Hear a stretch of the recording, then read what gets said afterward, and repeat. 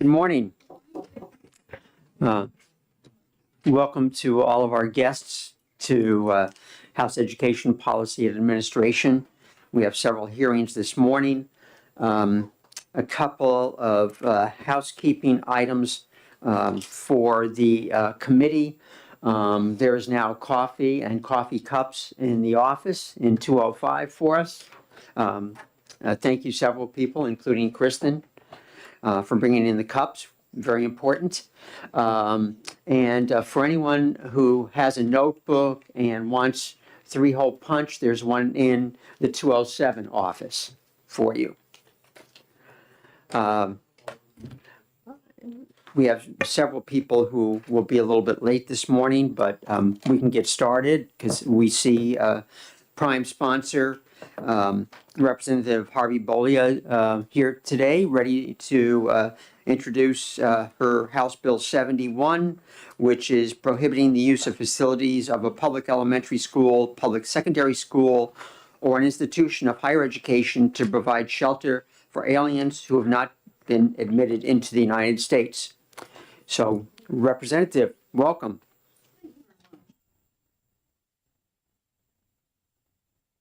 Turn on my microphone. Thank you very much. Good morning. My name is Representative Juliette Harvey Bolia, represent Tilton and Samberton in Belknap County. And I am introducing House Bill 71, which, as Chair Cordelli pointed out, says it is prohibiting the use of facilities, although I would argue that this bill does not prohibit or ban anything. I think that's probably something that could have been worded a little bit better, and I'll explain why. But just to say that this bill is modeled after the Schools Not Shelters Act, introduced by Senator Cruz in 2023, Senate Bill 2983. And the origin of this bill and the reason was that in 2024, Brooklyn, New York students were forced into remote learning for a couple days while their school was turned into an emergency shelter for a certain group of people. And I've given you some handouts there, copies of, I think the first one is Parents Fume After Students at James Madison High School Forced to Learn Remotely While Schooled in Housed Asylum Seekers. So what I have a problem with that is, especially on the heels of the COVID shutdown that we weathered here in New Hampshire, where schools were shut down for almost a year. My school in Winnisquam, the students were forced into remote learning for nearly a year. And my personal experience of that is that, I had a child in high school at the time, and, he was looking a little depressed after a while, being cut off from his friends and his school environment. And I called the school counselor and I said, what can we do here? It's not going well. And she said, well, come to mention it, I'm getting a lot of calls about that from parents, and parents are calling and complaining that their children are also depressed or not thriving. So I think enough has been said about how much students and parents and society in general suffered enough during the shutdown, during our COVID crisis. And when it happened again in New York, it was amazing to me that it would come back and to haunt us again in this way, and another shutdown. And naturally, parents were fuming over it. It's unnecessary. It's disruptive. It's the wrong way. Parents had no idea how long this was really going to go on. It was, obviously it was supposed to be temporary, and it was. But was it temporary because there was so much outcry? So this is the origin of the bill. There's another article in here from Boston.com, bringing it back to our Boston area, New Hampshire area. Readers agree with Governor Healey's ban on migrants sleeping at Logan Airport. Now, this is another reason I brought forth the bill, was because we heard about these families and how Logan Airport was turned into a shelter. I mean, it's shocking that it went on for so long all summer. And people weren't happy about it, as you can see from the newspaper article. It's inappropriate. It's not really doing a service for anyone, not the people using the airport, and also not for the people who are in the shelter. It's rather indignant.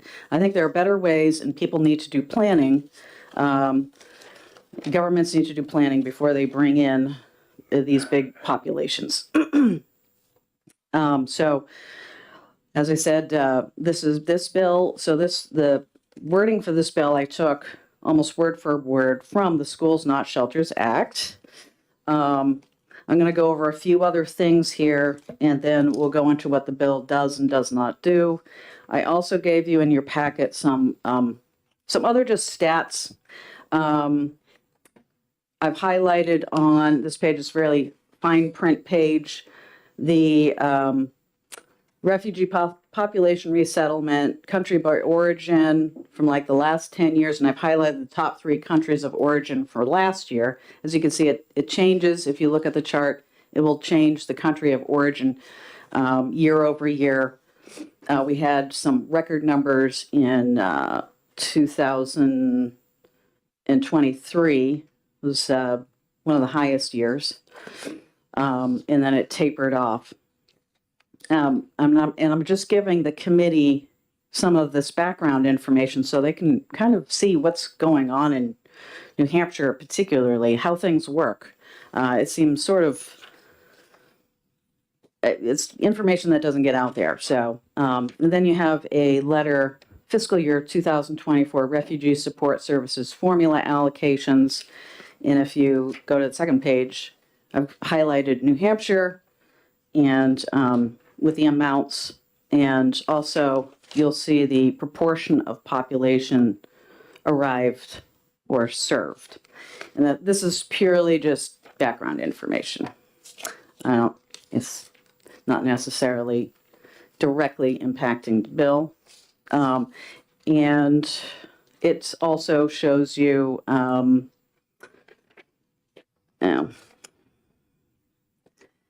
so it's just some background information. But so to the bill itself is a very simple bill. There are a number of things it does and does not do.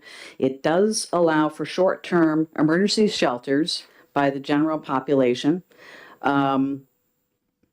It only applies to aliens as defined by the U.S. government, which is not a U.S. citizen or national, a non-citizen. This bill does apply to refugees, people who have achieved refugee status. It does not ban schools from housing non-student populations. So I don't know why they use the word prohibited, because so according to this bill, it sets a condition on receipt of the money that you take from the state.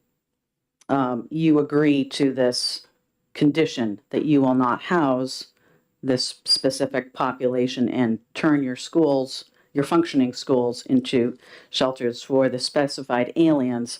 And there is a carve out for short-term emergency housing not to exceed 72 hours. So there are some provisions for emergency sheltering, and also if you need to turn your school into shelter for an extended period of time because of some weather event, if it's open to the entire community, then it's fine. This bill does not stop schools from doing that. But what this bill does is prevent schools, insisting that schools turn their. It does prevent remote learning, and this is what the main focus of the bill is. And one last note about the fiscal note at the end. You'll see this bill does not create positions, does not require funding of any kind. But they did put a methodology at the end that is unusual, I think. It, in worst case scenario, the department estimates this large loss of millions of dollars. Now, I checked with former Commissioner John Stevens from the DHHS about this. He said that in his opinion was erroneous the way it's worded, that it should have said that the amount is undeterminable. And instead of saying, that it may. So there is no way to prove or disprove. There's no reason to believe that any kind of policy is going to impact our receiving of these federal funds. And I'd be happy to take some questions if the committee chooses. Thank you. Questions from the committee? Yes, Representative Klug. Thank you. Thank you for taking my question. Would this bill include a school district building that was currently vacant and not being used for educational purposes, but still owned by the school district? Thank you for your question, Representative Kluger. That's a great question. In my estimation, I don't think so because it is not technically a school and it's not functioning as a school. It's simply a building owned by a school, similar to any other property that a school might have, a field or something like that. I guess that's just another item, but it's not functioning as such. Thank you. Thank you. Further questions? Yes, Representative Selig. Thank you, and thank you for taking my question. I'm thinking about the situation a couple of years ago where the state of Texas, without notifying the state of Massachusetts, put, I think it was 200 people on a plane and sent them to Martha's Vineyard so that they arrived in the middle of a snowstorm with no notice and no opportunity for the state to plan in any way, shape, or form for these people they did not know were coming. And certainly couldn't leave on the streets in the middle of a snowstorm. And so part of your premise is that people need to plan in advance. I'm curious, when other states act in ways like that, how do you anticipate other states would be able to plan if there is no notification and if there is no process for that? Thank you for your question, Representative. It's not my position to figure out where these groups will go, only to say that we shouldn't displace one vulnerable population for another vulnerable population. Our students being a vulnerable population and risk their their well-being for another group. Other solutions will have to be made. I'm not at liberty to design the programs in that way, but there are other places. There are schools that are closed down too. So, Representative Cornell. Thank you. Thank you for taking my question.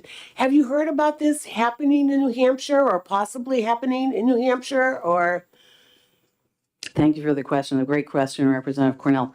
No, I have not. That's a good question and a fair question. And I have not heard of it happening.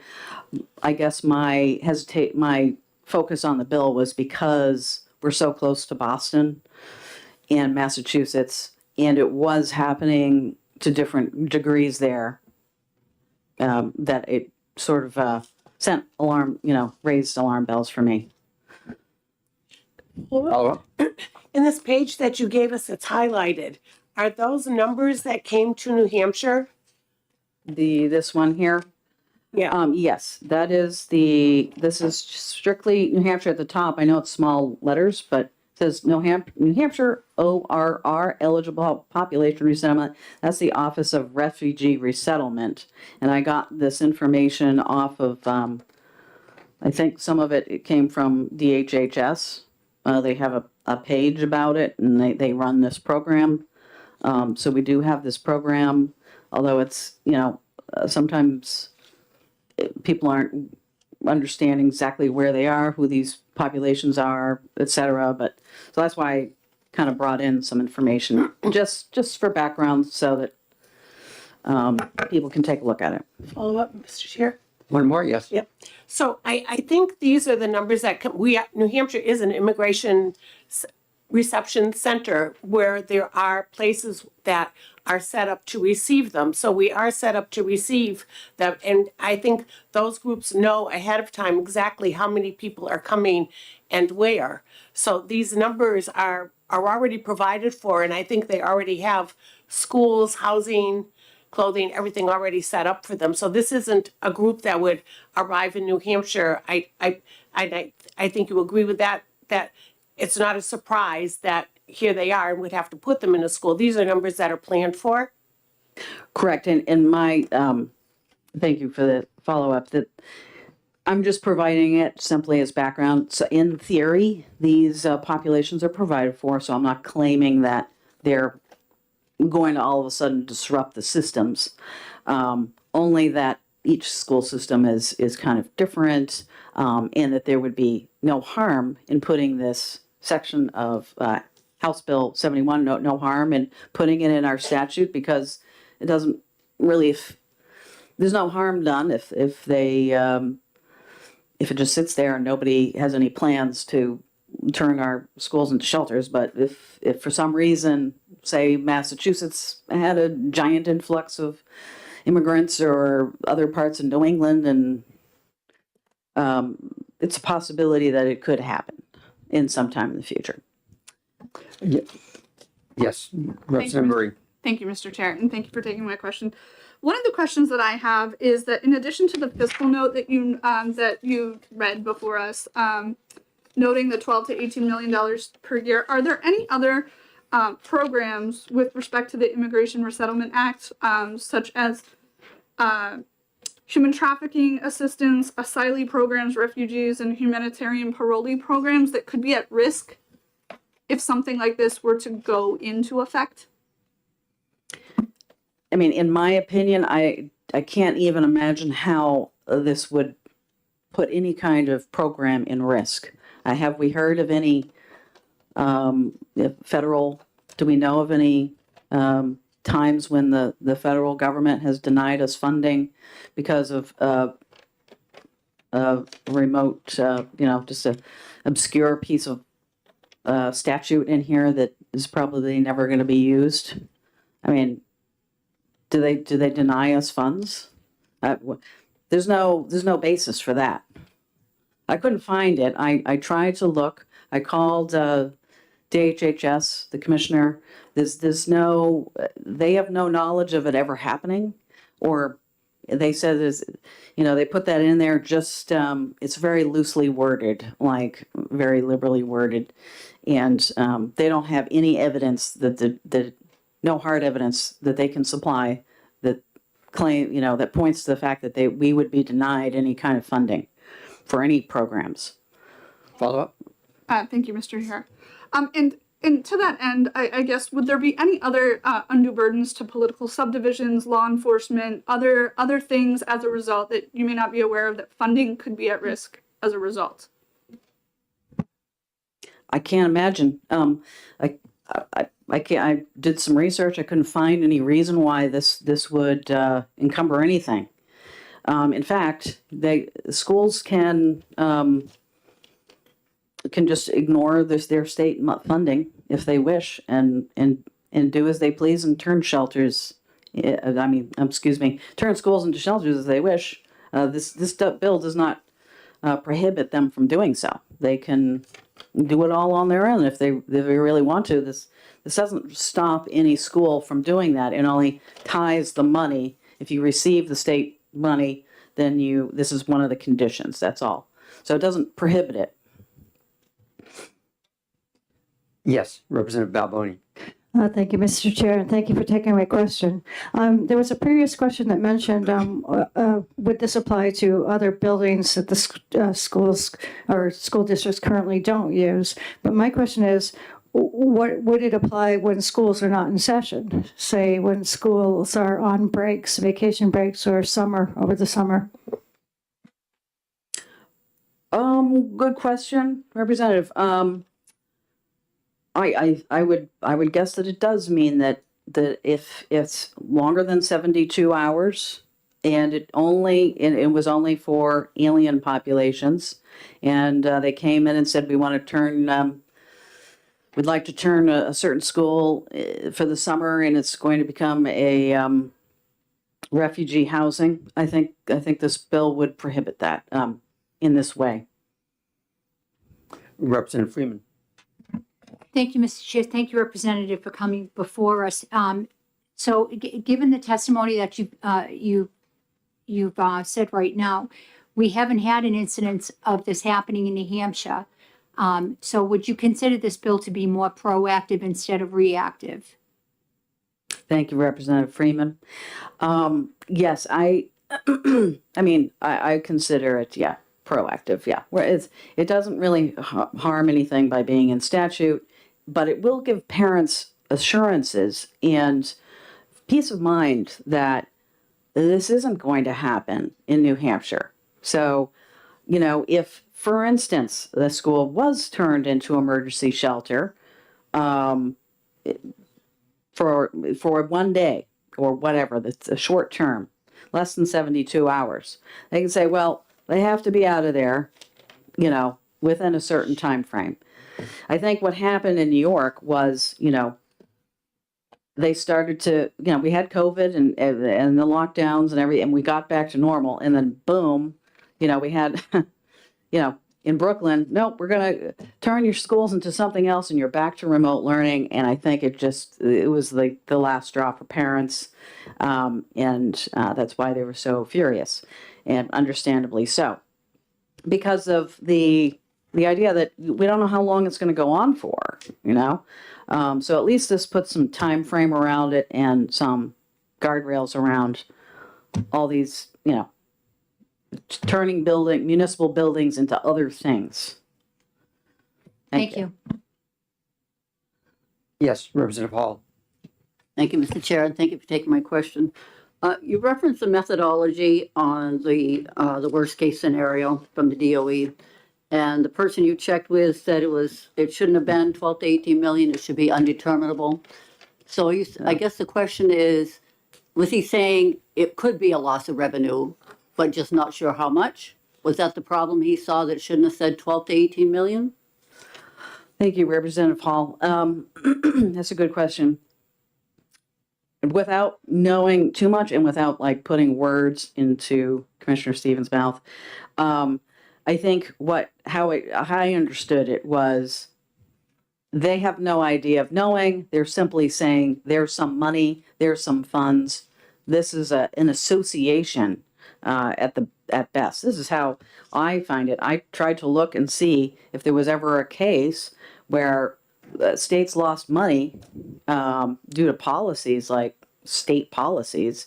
I can't find anything. I don't see how they'd even know that we have this law, to be honest with you. So we could pass this law that nobody would know. I mean, what are they going to do? Say, oh, you can't participate? I mean, so when I was looking around, when you go to apply for this refugee resettlement program through your state, each state has to come up with a plan. So they, you know, you're going to receive some refugees. In the plan, I couldn't find a copy of the plan, but each state government has a plan, and they have to, you know, say things, where they're going to put them. They have to have a plan, or they should have a plan in place.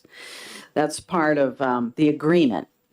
There's nothing that I found that says that you can't pass certain laws. I just couldn't find it. It's just not in there. So I think it's really, I don't see any evidence for saying that there's any reason why the 12 to 18 million is in any sort of jeopardy. Or even that it, you know, if you look on our Refugee Support Services formula allocation, it's not even close to that amount. It's like $1 million. So I don't know where they even got that number. I know that there's some HUD funding in there too, but I don't see how that would impact it at all. A follow-up. So Commissioner Stevens didn't say that there definitely wouldn't be a loss of federal revenue, correct? He just said. We didn't speak in absolutes like that. Representative Hall, we didn't discuss it in that terms. I didn't try to pigeonhole it in that respect. I was just trying to understand where what the methodology was. And, yeah. Okay, thank you. Thank you. I'm both intrigued and concerned by the verbiage in the methodology, particularly the second sentence where I see words such as suggests, may, potentially. Since we're having this discussion about the loss of federal revenue, in your conversations with folks at DHHS, were you either offered or did you request the substance of the concern, the basis of the concern that resulted in words such as suggest, may, and potentially? And if not, would you suggest that it might be helpful for us to drill down on this and ask for why and what's the language here that results in this opinion from DHHS? Yes, thank you, Representative Terry. I am very concerned about how the word may, et cetera, in here, and the implication that there is a real threat or anything. There's nothing that I got from when I was speaking with DHHS that no implication that the commissioner was concerned at all, that it was any kind of real threat. So I think, I mean, when I looked at the Senate bill, the companion Senate bill for this, there wasn't any sort of methodology, similar methodology where tying it, there was nothing like that. So when I looked at there's a bill in, I think it's Tennessee, the same bill. There's no sort of methodology at the end saying that this is a threat to anything. So I just, this is very concerning to me. Yes, I think I want to see evidence, you know. Follow up? So just to button this up, there's no statute and there's no policy that was cited and provided to you for this opinion. Correct. Thank you. Representative Woodcock. Thank you, Mr. Chairman. Good morning. Let's see it. Pardon my, you may have already said this and I missed it because I don't have the bill, actually. I've been trying to find one. But no, that's fine. I want me to get one? It wasn't over, but that's okay. That's not the point. My question is, would this bill, if passed, preclude or prevent school systems and buildings being used in the summer? Would this bill prevent school systems from being used in the Buildings, summer? yes, be used for housing? But for housing? Yeah, under the bill. Oh, okay. Under the bill. Isn't that what Representative Cornell was asking? Was that similar? What, is that the same question or? It's similar. So is that Okay. sort of like yes or no? I mean, I'm an old guy. thank you. So I would say, yes, I would say that if a school decided to, it doesn't really say, I mean, the point of the bill is not to put children into a short-term learning scenario. Now, Representative Woodcock, I think just about every school has got something going on in the summer. The summer programs and whatnot, if they're displacing summer programs, summer school and camps and whatnot, then yes, I would say that it would prevent that, So, possibly. Mr. Chair? Yes. Well, Follow up, yes. thank you. Just for clarity, so the answer, I just want to be clear. So the answer is, under this bill, if it was passed, the intent of the bill is not to allow any of those facilities to be used, even when they're absent of students, say in the summer, because there's no programs going on. If schools were turned into refugee shelters in the summer, displacing students' school programs, yes, I think that would be a violation But of if it's not this. displacing, Yes. it's just empty for the summer. Well, it's not empty because the school is never empty in the summer. I mean, they have all kinds of things going on in the summer. Okay, thank you. Yes, Representative Freeman. Thank you, Mr. Chair. Thank you, Representative, for taking another question. The word refugee has come up numerous times. Representative, do you know the difference between a refugee and an asylum seeker? Thank you. As best I can tell, Representative Freeman, an asylum seeker is seeking refugee status, and a refugee has been awarded, if you will, a refugee status in the United States after applying, after court cases, legal cases, et cetera. Is that your understanding? May I? Follow up, yes. So technically, you're saying that refugees have been vetted by the United States Immigration and Customs Service, correct? Is my understanding that they are vetted, yes. Thank you. I listen to a Boston radio station quite often, and it seems to me I've heard stories about problems in the migrant shelters in the Boston area. Are you aware of any difficulties in the shelters in Massachusetts? Thank you, Representative Cordelli.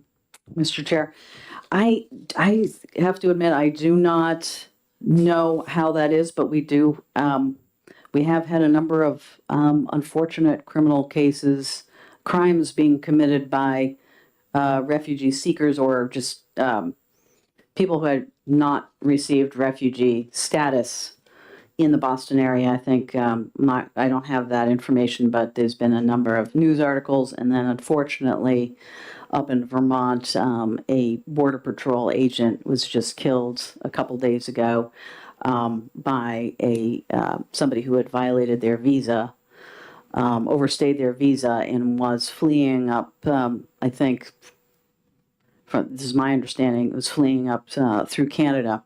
Was stopped by a Border Patrol agent and unfortunately shot and killed him. So it's there is crime, and it is a real thing. I have visited the Border Patrol up in Vermont, our Swanton sector, and it's a serious business. We don't know who these people are, and that's part of this other issue is that you have unknown populations and people running away from crimes in other countries here, and we just don't know. It's chaos. Questions for Representative Selig? Thank you, Mr. Speaker. Just for a point of clarification about the definition of an asylum seeker, because that came up a moment ago. An asylum seeker specifically is a person who left their country and is seeking protection from prosecution and serious human rights violations in that other country, but has not yet been legally recognized as a refugee and is waiting to receive a decision on their asylum claim. Just to be clear about what that definition actually is. Thank you very much, Representative. Thank you, committee members. Next, Jerry Frew.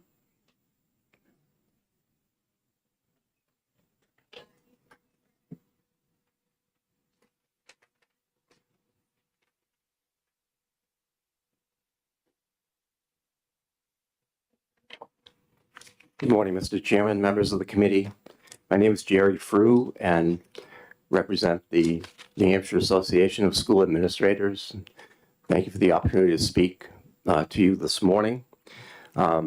Several questions came to mind, and I would like to offer from a practitioner standpoint, having been a superintendent in a community that dealt with schools as emergency shelters, just to share some of the thoughts and questions that came to mind as I read this particular piece of legislation. With line 6, emergency shelter and housing provided exclusively to specified aliens, the question that came to mind is who determines on site whether entry should be granted to a community member or not? Is that the school principal? Is it the administrative assistant? Is it the superintendent? In Kearsarge, we had 7 towns. Do we have 7 town clerks sitting in the lobby of the school determining whether a person could be admitted to the emergency shelter or not because of their status as a resident or immigrant or not? One of the other issues that arose as a question with 72-hour limitation, we did have an instance, and those of you who have been around for a while may recall some major ice storms. And when I was at Kearsarge, We actually had to extend for over a week the opportunity for our citizens to stay in our schools because they didn't have power in their own homes. And so our schools, some of our schools, New London, the middle school, had emergency shelter status so that folks could come, have hot meals, have showers, sleep there. I remember the National Guard moving cots into the gymnasium at the New London Elementary School so that folks could stay as long as they needed to. But we didn't have someone at the schoolhouse door, if you will, checking status. The same with the middle school, 7 towns, serving 7 towns.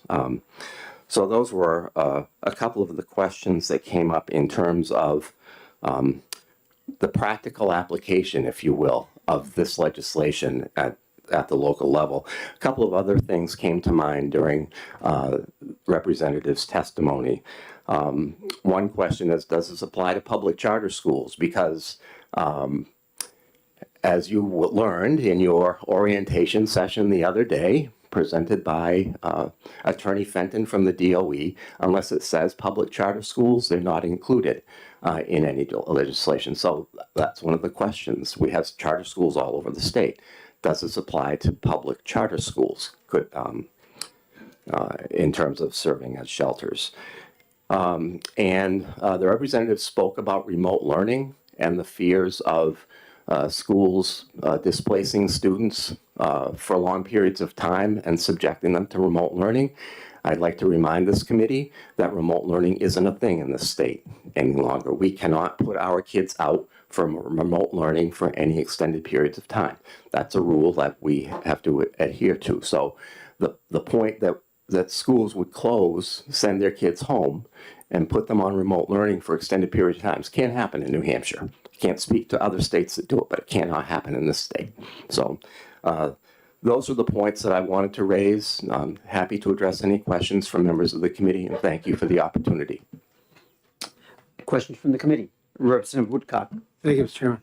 Yeah, good morning, sir. Good to see you again. Good morning. Just a quick question to follow up. I'm still having trouble with this bill in terms of my understanding of the facility. Is it your opinion, if this bill was passed, that a school building facility could not be used if empty during the summer? There's nothing that addresses the summer, so it would have to be the assumption that it would apply at any time of the year. Thank you. Thank you, Mr. Chair. Further questions? Yes, Representative Morse. It's to my understanding that wouldn't it be easy to verify the status through like a driver's license or a passport for someone seeking, let's say, natural disaster happens and you can verify who's legal and who's not? Thanks. Thank you for the question, Representative Morse. I guess my question as a practitioner is, whose job is that? Is that the school principal's job? Is that the custodian's job, because the custodian's there at 8 o'clock at night when somebody shows up? Or is that a town official job? Whose responsibility? That's not spelled out here. And I think in terms of applying a law, that those types of details need to be addressed. So there's no hocus pocus at the point of need. We don't want to put anybody in a bad position, including the person that's trying to seek legitimately shelter. Thank you for the question. Any further questions? Seeing none, thank you very much. Thank you, Mr. Chairman. No further cards, right? Anyone else who wish to testify on House Bill 71? Seeing none, we'll close the hearing and start the next bill in about 20 minutes. Thank you.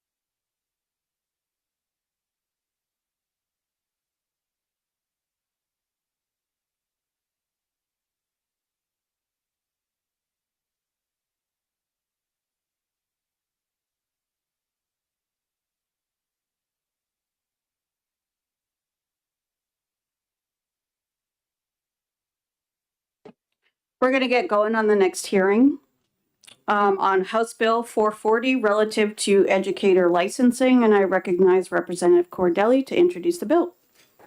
Thank you very much, Chair Noble. For the record, Glenn Cordelli representing Tufton Borough, Wolfboro, and Ossipee in the beautiful Lakes region. And this is House Bill 440. It's related to education, educator licensing. And was it last week?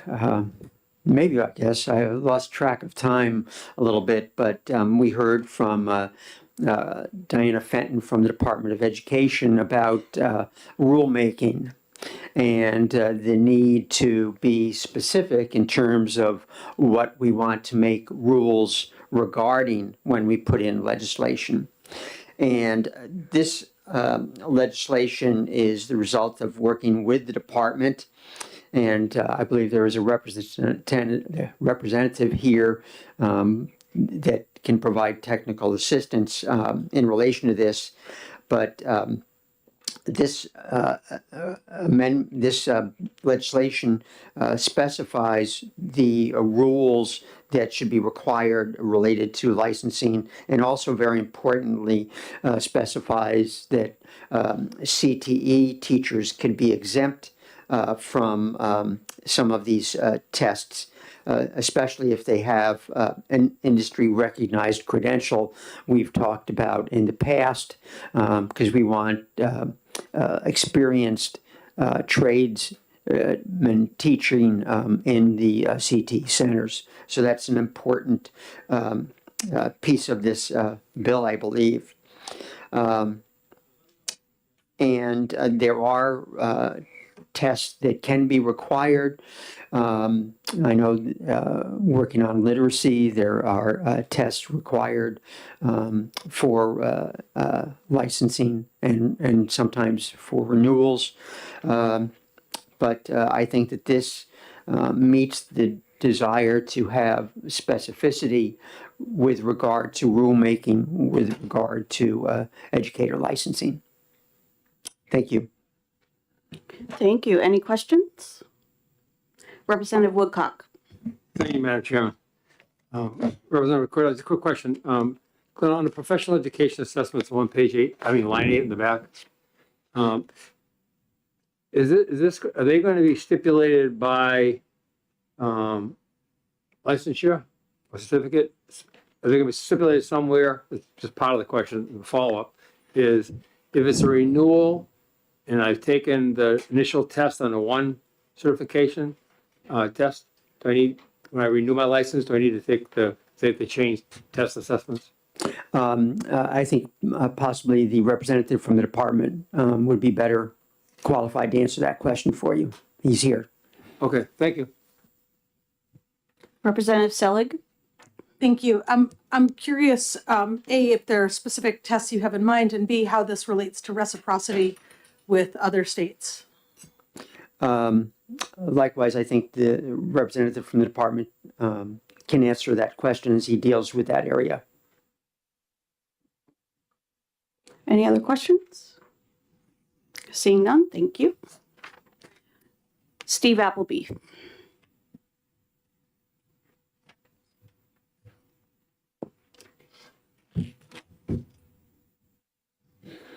Good morning, Madam Chair, representatives. Thank you for calling me this morning. Stephen Appleby, Director, Department of Education. One of the programs I oversee is educator licensure. So here to offer any tech support or answer any questions. Any questions? Representative Woodcock. Well, Ms. Helpy, good to see you again. Hello. Just to follow up to Representative Cordelli's by question, the same thing. On these licensure exams, whichever ones are the current phase of assessments, if they change, are they listed out somewhere? And if they change after, say, I take the test this year and I renew, so two-part question, and I renew and the test has changed, do I have to take a test again? Yes, thank you for the question. Great question. These are for initial licensure only, not for renewal. So if you're seeking a new endorsement on your license, then you would need to take a test, which is the current practice today. but it would not be for renewal purposes. So when you renew your license, you would not need to take that test. Follow up. Steve, under this section A, it doesn't say initial. So is that somewhere else in the RSA that I've missed?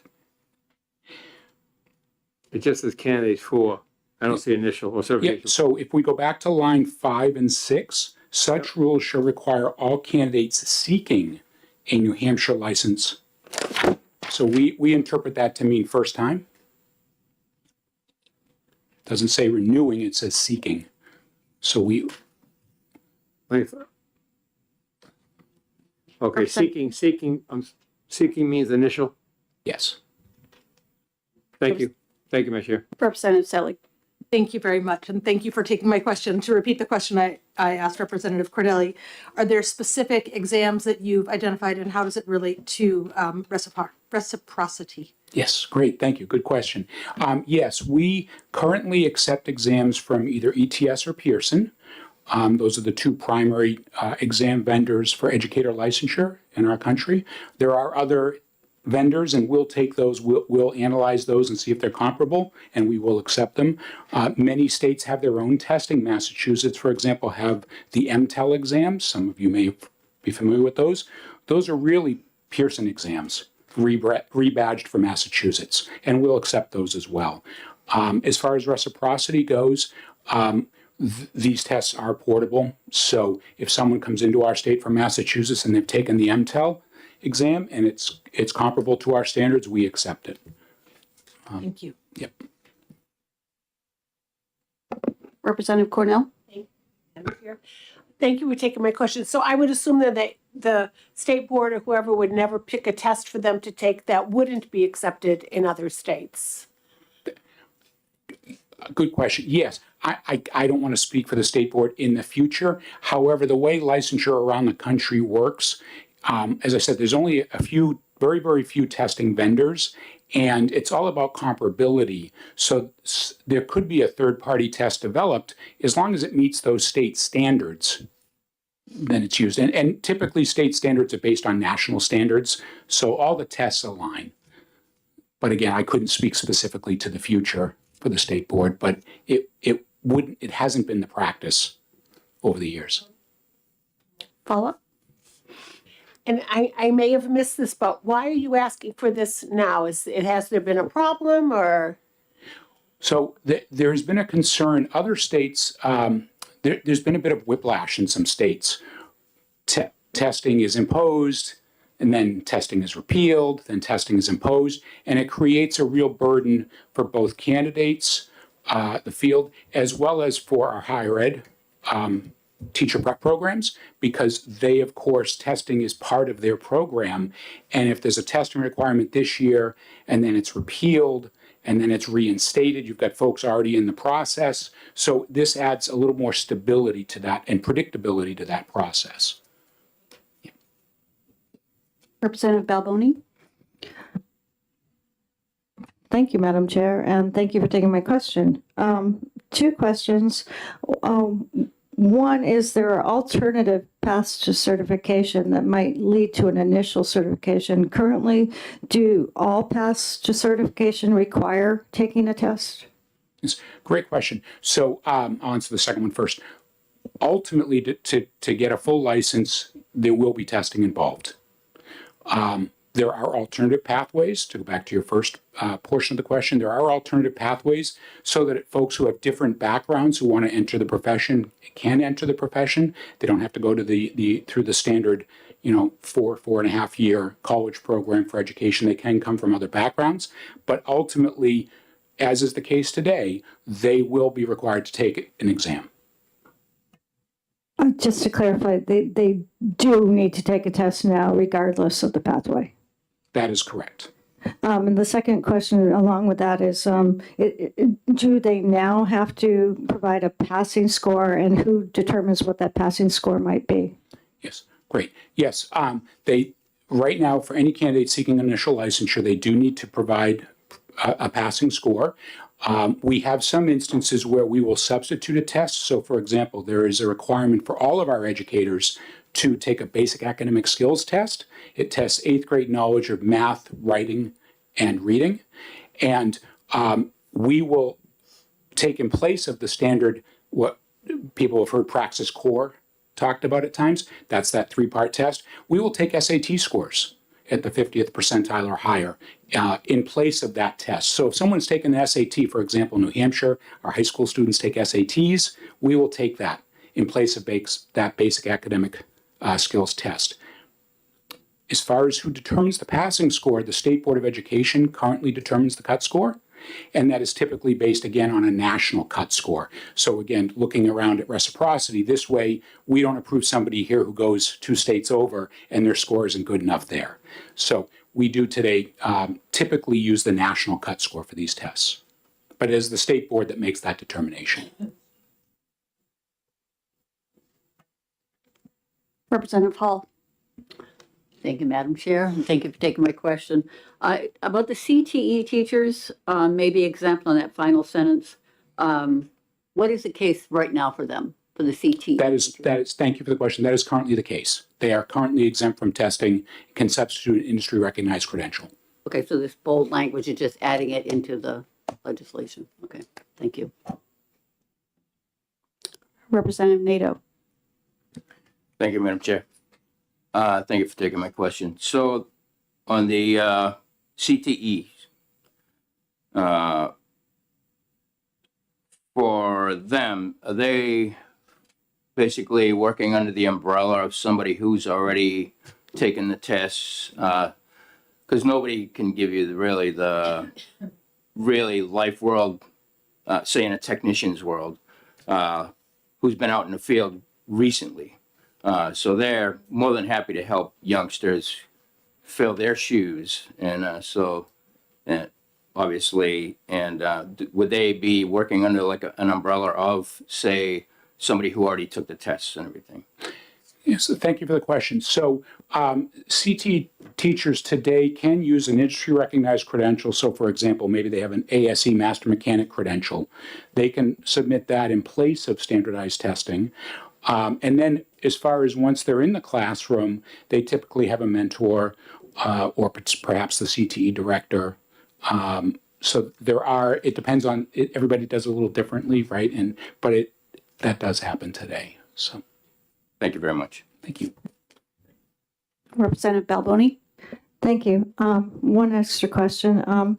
Do some educators, there's different certifications and different licenses, so some teachers have multiple certifications. Do each certification require different tests? I mean, is there one general test just to get your licensure? And then if you want to be a math specialist, a reading specialist, are there additional tests that are required? And would they be subject to the same language? Here's the umbrella term for everyone that we hand a license to. Within that, there are 4 categories: administrators, classroom teachers, instructional specialists, and educational specialists, right? It's right there in the statute on lines 6 and 7. So all administrators, and hopefully I don't mess this up, all administrators and teachers are required to take that basic academic skills test. And then, so that's kind of the initial test, if you will. And then if they want to become a chemistry teacher or a principal, they're going to take that specific test for that endorsement. And that's really a content knowledge test. So if I want to be a chemistry teacher, I'm going to prove that I know chemistry, know the content. Okay. Representative Woodcock. Thank you, Madam Chair. Ms. Silvies, one more follow-up on the industry recognized credentialing. Is there a listing of that? I know you're just talking about the mechanic ACE, but there's a category below that. I mean, what defines what's an acceptable industry recognized certificate? Yeah, thank you for that question. So we work very closely with the CT directors and the association on what would be considered an acceptable credential. So for example, if someone's an electrician and they have a license from our state as an electrician, that's an industry recognized credential. It is a very broad term, quite honestly, but folks come to the CTE world with all types of backgrounds and all types of experiences and credentials. So we work, when we have questions, we reach out to the CTE directors, the folks that know best, to determine that. Follow up, Madam Chair? Sure. Thank you. Just so if I was a young tradesperson, 30, 40, which was years ago, and I wanted to prepare, I couldn't, for the exam, prepare for maybe getting into education as a vocational educator or CTE educator, different, sorry, old term. And I look online, it doesn't tell me what I need to prepare for, right? So No listing that says. we don't list the exams because they change, Okay. right? We don't, not the exams, excuse me. We don't list the industry recognized credentials because those change. We do list the exams and you have the option. Right, So I'm just saying, but I was trying to take as the recognized industry credential, it's way, okay, thank you, that's it. okay. Representative Freeman? Thank you, Madam Chair. Thank you for coming in front of us. Currently, do CT, and I'm asking this question because I think some people are asking this question as well. Do CTE instructors teach any core classes such as language arts, math, science, etc.? Thank you for the question. So the short answer is they shouldn't be, right? We have administrative rules that say they can't. What actually happens out in the schools, we're not the police, the certification police, but we do have administrative rules that prevent that. A follow-up? Thank you. And thank you again for answering this question. So basically what you're saying is the CTE instructors are there to teach a specific skill, such as automotive, electrician, plumbing, hairdressing. Is that correct? That would be my understanding. Thank you very much. Any other questions? Seeing none, thank you. Okay, thank you. Is there anyone else looking to testify on this? Okay, we'll close the hearing on HB 440.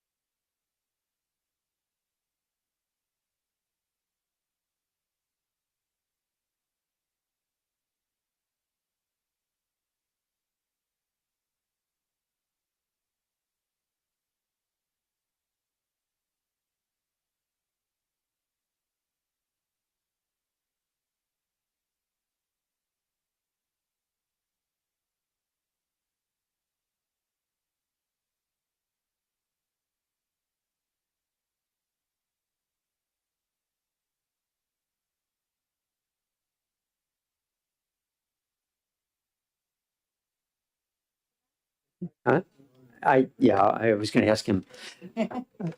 Thank you. We'll get started with our next hearing, which is on House Bill 384, prohibiting bullying in schools. And I see for the first time in a while, Representative Leishman here to present this bill to us. Welcome back.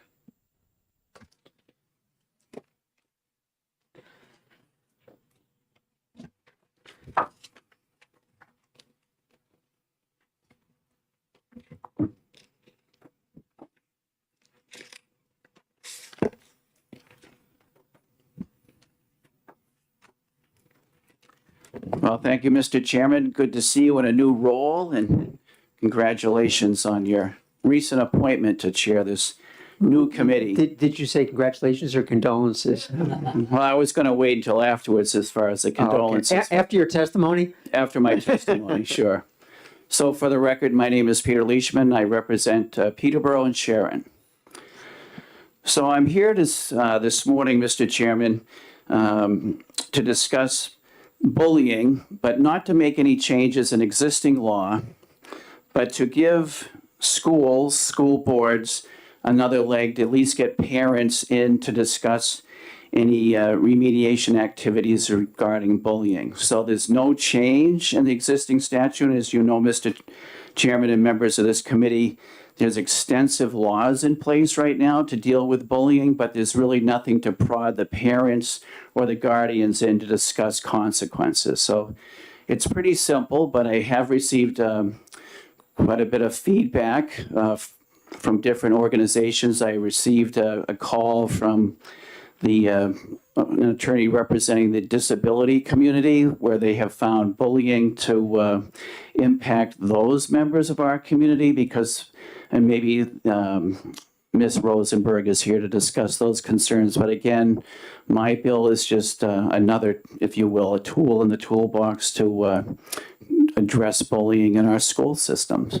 And I'm sure I do have some written testimony.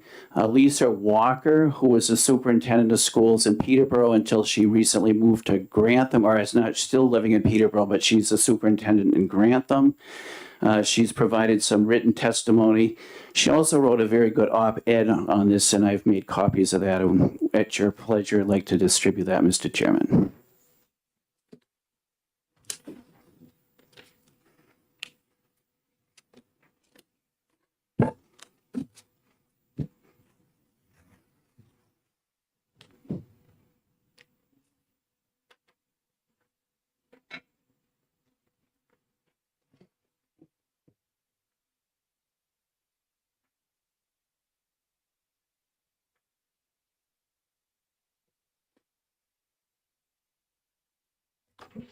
So with that, Mr. Chairman, I really have nothing else. That was the shortest one that we've had this year. Are there questions for the representative from the committee? Representative Terry? Yes, thank you. Thank you for taking my question. I'm looking at page 2, lines 1 through 3, with respect to the appointment of a bullying officer.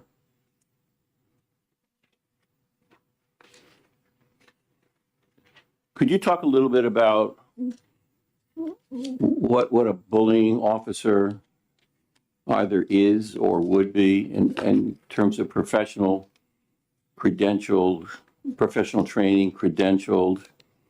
Could this be someone, and then could it be someone who's already on staff who holds the requisite credentials, or would this be determined by the school boards and the trustees? Are you leaving this kind of open-ended with respect to credentialing and training? And then would this bullying officer, would this person be a volunteer or somebody who is paid? If you could just talk a little bit more about that and help me understand the background for this and what you have in mind, I would appreciate it. Sure. Thank you for my question. I must have included the bill in that package I handed out, so I don't have it in front of me, so I should probably go back. But as I understand it, and I'm not certainly an expert by any means, schools already have a bullying officer that's appointed by the school board. It's left up to the school boards, as I understand. It's often the school resource officer that is that person, but it can be anything or anybody. And that's how I understand it. But this is just allowing, again, parental involvement. The bullying officer is somebody that's already part of this bullying statute that allows school boards to appoint someone, I believe, at their discretion. Well, so with respect to credentialing and training and so forth, or a program at a higher education, institution of higher education, learning, that would all be considered and determined by each school board? I So believe what its that's how, qualifications would be in your thinking here? I believe that's how it's Okay. handled now. Great, Yes. thank you. Sure. Additional questions? Yes, Representative Balboni. Thank you, Mr. Chair, and thank you for taking my question. I'm just curious, the policies, you've described a lot of detail in here of what it should entail. I know that a lot of school districts currently have bullying policies. Have you consulted with them, and how does that relate to some of the bullying policies that are already in place in the school districts? Thanks for the question. I have not consulted with anyone. I've just consulted with the Lisa Walker, who was the person that asked me to file this legislation, and she's got written testimony that I've handed out and an op-ed that discussed this whole issue that was in the Concord Monitor just recently. So I have not discussed it with anybody else other than Lisa Walker. Sure. Yes, Representative Freeman. Thank you, Mr. Chair, and thank you, Representative Leishman, for coming in front of us. Do you know what the current bullying interventions are? I do not, to be perfectly candid. Follow up? I'm going to ask you some technical questions. So, and if you can answer, that's fine. If you can't, Sure, that's if I fine, can, too. I'll tell you so. And I appreciate your honesty. Do you have any statistics on evidence-based methods? I do not. Okay. I thank you. Oh, sure. Yes, Representative Morse. Thank you, Mr. Chair. Would the newly mandated creation of a bullying officer upon a single occurrence of an incident have to file a CHINS petition, potentially escalating a school-based issue into a judicial issue? I believe in the fiscal note on the bill, if you look at it, and I'm just thinking back on memory, there's already been like close to 600 have been filed CHINS petitions already based on bullying, so it's already happening. Yes. Doesn't this bill go above its own authority in creating parental classes for the accused parents? I don't think so. I really believe there should be parental involvement anyway. I would hope that if parents had a child that's been accused of bullying, they would naturally come to the school and work with the school authorities to discuss it. From what I understand in talking with Superintendent Walker, that sometimes that's not always true, and that at least this would really put an encouraging stick, if you will, to try to get the parents here to discuss the issue with the school. Please, go ahead. Thank you. I guess the last question I would have is what would be the safeguards in place to make sure that parents would actually attend the classes versus just not showing up? Well, again, to be quite candid, I would just hope that the parents would just show up, that they don't need to be encouraged to show up, that they would take the interest in their child. If there's an accusation of bullying, they would, come down to the school to discuss it with school officials. Thank you. Sorry for so many No, questions here. not a problem. So currently, there would be no repercussions for parents who don't want to, or within this bill, if they didn't want to show up, then they wouldn't be technically required, but it would more be encouraged. So there wouldn't be any legal repercussions? I don't believe so. I don't believe they're going to be arrested or anything. It's more of an encouragement to get them down there to the Thank you. school. Sure. Yes, Representative Murray. Thank you, Mr. Chair, and thank you for taking my question. Are you aware that, at least pursuant to 193F 5, subparagraph B, it does say that there are already educational programs required for pupils and parents in preventing, identifying, and responding to incidents of bullying.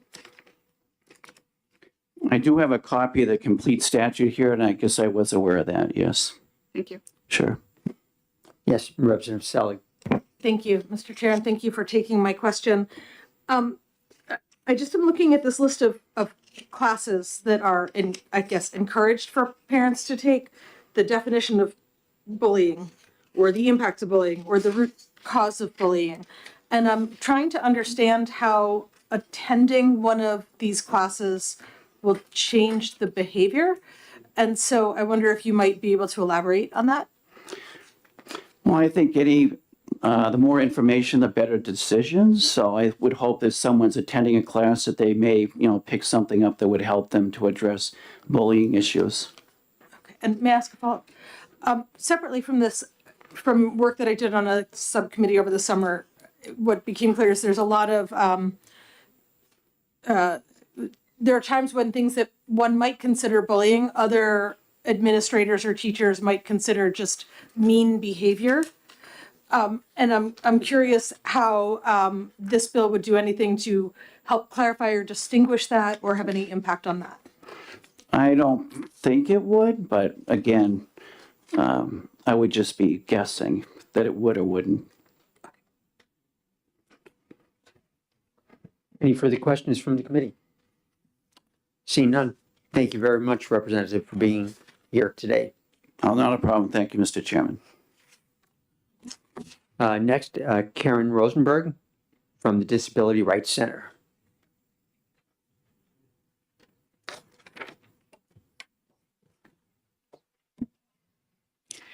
Good morning, Chairman Cordelli and members of the committee. My name is Karen Rosenberg. I'm the Policy Director at the Disability Rights Center, which is New Hampshire's protection and advocacy system for people with disabilities.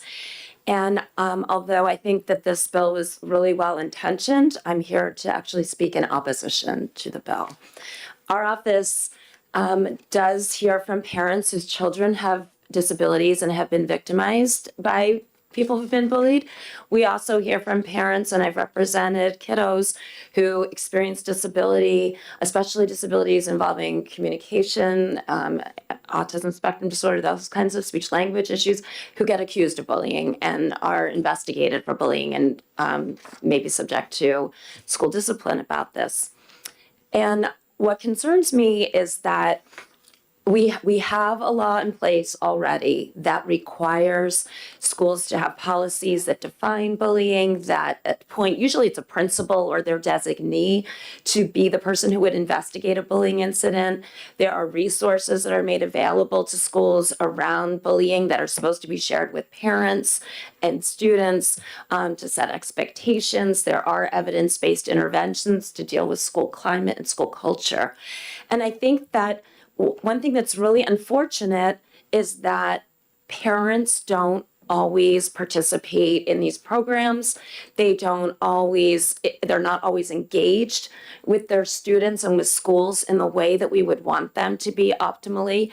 And I can understand that it's very frustrating for schools when they are attempting to address bullying, to take care of all the students, because that's what this law requires. They're supposed to be taking care of the needs of both the person who's the victim of the bullying as well as the bully, to look at why they're bullying. A lot of bullies have been bullied themselves, and that's why they're doing this, or maybe they don't know any better.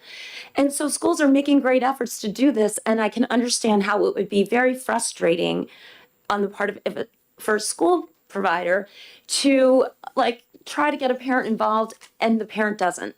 The parent doesn't support them. The parent doesn't come to the meetings. These things happen.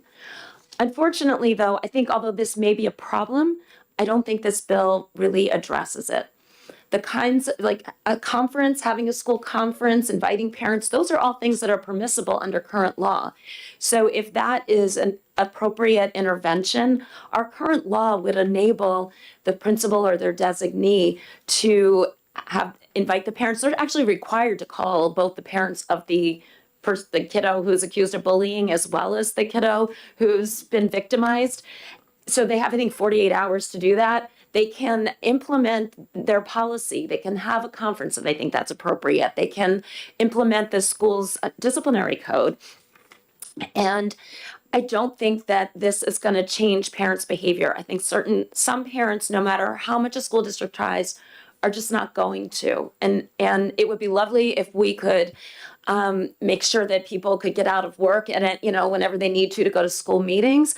It would be great if we could resource our schools in such a way to provide more opportunities for them to engage parents and provide the teachable moments that our children need to learn about the impact of bullying and how they can hurt their friends unintentionally and make right by their friends. It would be really great if they had the resources to do that. But that's asking a lot of our schools, and they may not have the resources to do that. And what I'm concerned about is that by creating a position of bullying officer, which might be someone like a school resource officer who's not trained in evidence-based interventions or how to improve school climate or how to engage parents, is going to now be in a position of sending more kids into our juvenile justice system. And I don't think that that's going to that's not going to address the problem at hand.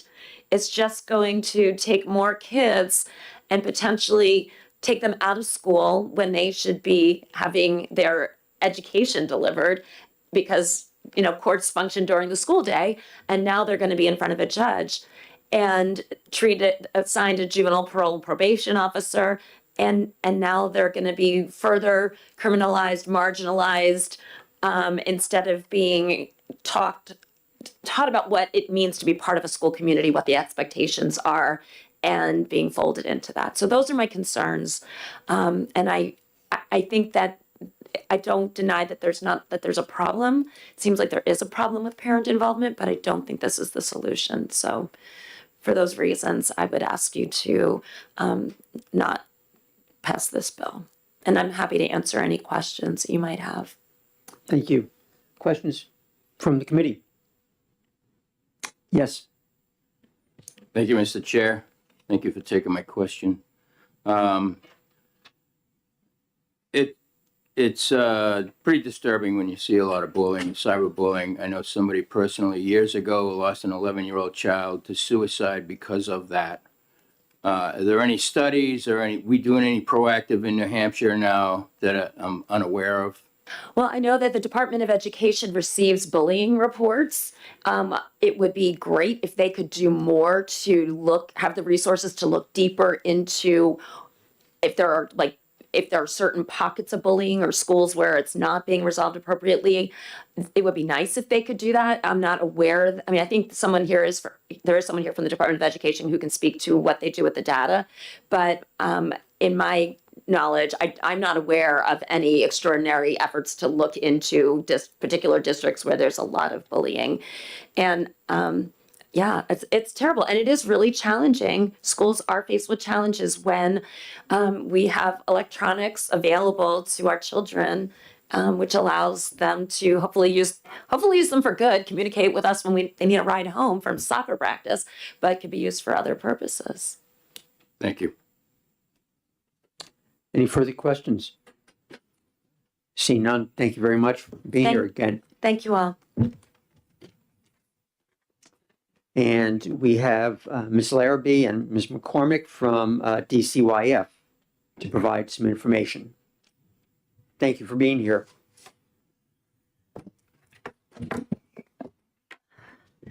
Good morning, Mr. Chairman, members of the committee. My name is Susan Larrabee, and I am General Counsel and Legislative Liaison for DCYF. Good morning, Mr. Chairman and members of the committee. I'm Amy McCormick. I'm the Juvenile Justice Administrator, Associate Bureau Chief at DCYF. We're here to answer any questions that you may have in regards to the changes to the child in need of services pursuant to RSA 169.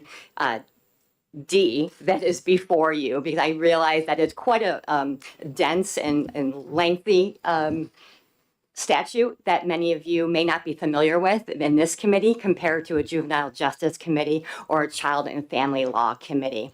And I did want to speak briefly about the fiscal note. I think there's some misunderstanding about that. But if we could just briefly explain to you the juvenile justice system, which is under DCYF.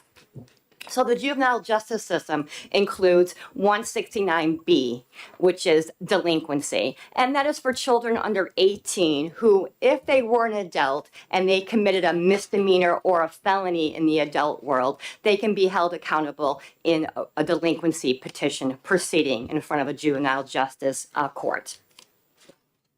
169D is Child in Need of Services. The acronym is CHINS, which is a child who meets specific definitions of that CHINS statute. And as it stands now, the CHINS statute is, to summarize, a child who has repeatedly been truant from school due to their own willful conduct.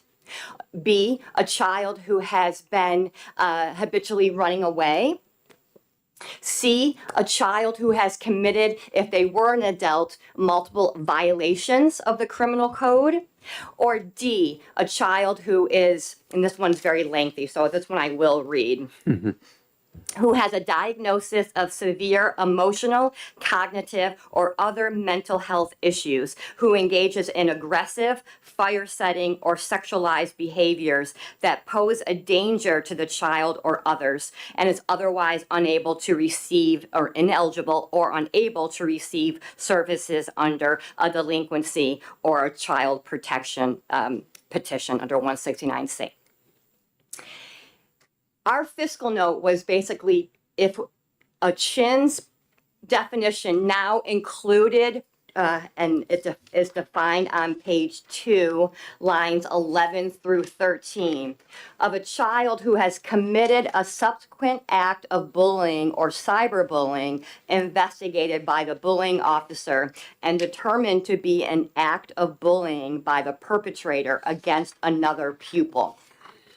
And because this is a brand new definition, we are basically making an estimate, a best estimate as to how many children that would affect, especially because page 1 of the bill says that the bullying officer shall file a petition alleging that a child is in need of services.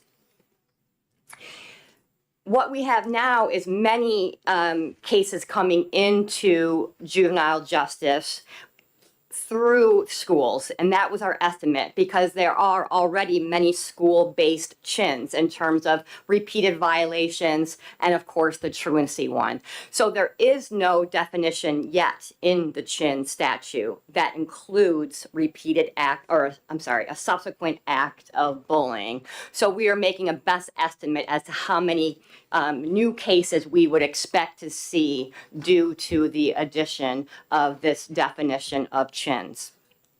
I will also note that the definition of CHINs, as well as all of 169D, speaks to the before a petition can be filed, the person who wants to bring that petition first must bring in the Department of Health and Human Services and have what's called a voluntary services assessment done. And Amy can speak more to basically what that means, what a CHINs petition actually is in terms of, again, that is bringing a child into a courtroom and assigning them an attorney, and it is a child in need of services, not, it's again, I'll let Amy now speak to that. So when a case comes in to the department, I'm sorry. When a case comes into the Department of Health and Human Services and it's assigned to a juvenile probation and parole officer for an assessment to be completed to determine the need for voluntary services as part of the existing Child in Need of Services statute. So that probation officer would go to a residence of that individual, would engage with that child and that parent.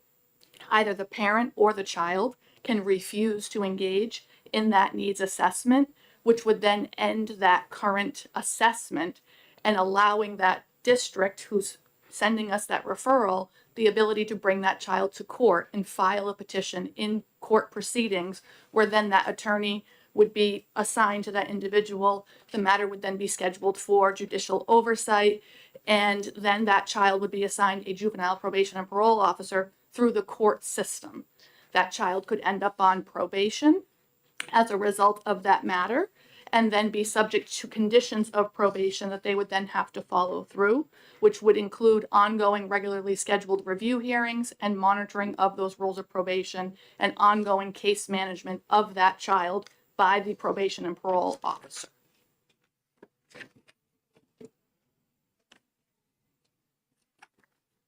And again, we're happy to answer any further questions you may have regarding the juvenile justice system, in particular, the child in need of services. Thank you very much. Representative Murray.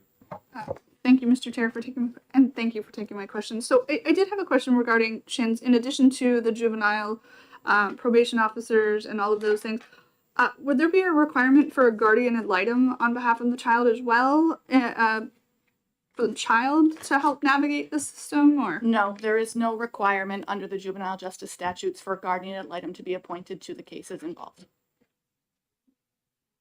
Representative Woodcock. Thank you, Chairman Cordelli. Good morning. Thank you for taking the question. And as I hear you explain the statute and then the involvement of the juvenile justice program, what I didn't hear, and I may have missed it because I miss a lot, I may have missed it. I didn't hear you say what we're doing for the youngster in terms of mental health work, counseling, other alternatives, in lieu of just entrance into the justice system and probation system. Is there any part of that statute, is there anything there for the youngster, for the student? You mean prior to a petition being filed? Is there other interventions that are able to address those issues that a child may have? Once the child is referred to you from the, I know it would be under this 11, 12, 13 section. Once the youngster is referred to you and gets into your system, but I didn't hear anything that was not legal or justice. I didn't hear anything for the youngster. Do you want to speak to voluntary services? What that would consist of? Sure. So when the juvenile probation and parole officer goes and meets with the family at their residence, there would be an assessment completed utilizing the child adolescent needs and strengths tool if the child and the parent is willing to engage in that assessment. That tool is a tool that identifies strengths and needs of that child and or family as a whole. And then there would be recommendations made as to what service or intervention would be provided to that child and the parent. Those individuals have to agree voluntarily to participate in those services. If they agree to participate in those services, then yes, there could be counseling that is offered. There could be a recommendation for that child to participate at a local mental health agency for that counseling.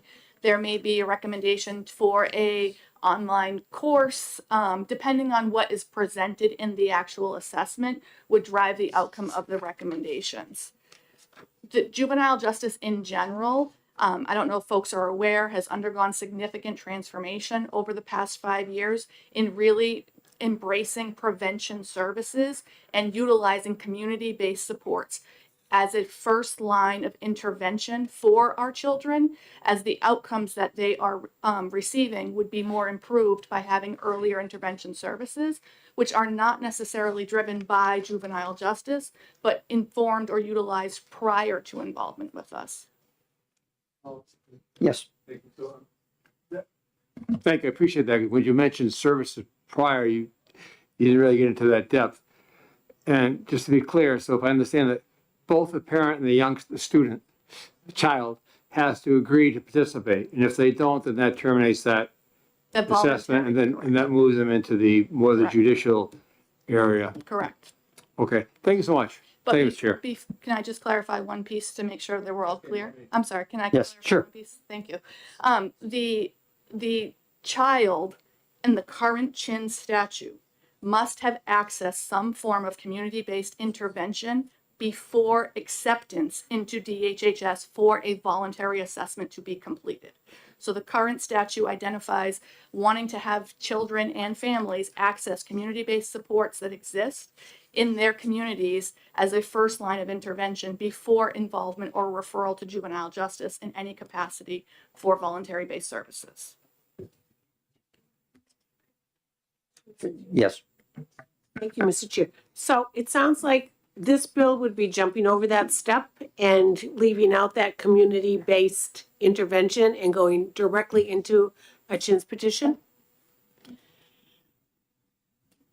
I do believe page 2, lines 6 through 8, briefly touched upon what's required in the CHIN's petition. And again, the CHIN's statute is quite wordy. So I will just highlight one section that says that any petition filed by a school official must contain information that shows that this legally liable school district has sought to resolve the expressed problem through available educational approaches, that the school district has sought to engage the parent or guardian in solving the problem, but they have been unwilling or unable to do so, that the problem remains, and that court intervention is needed.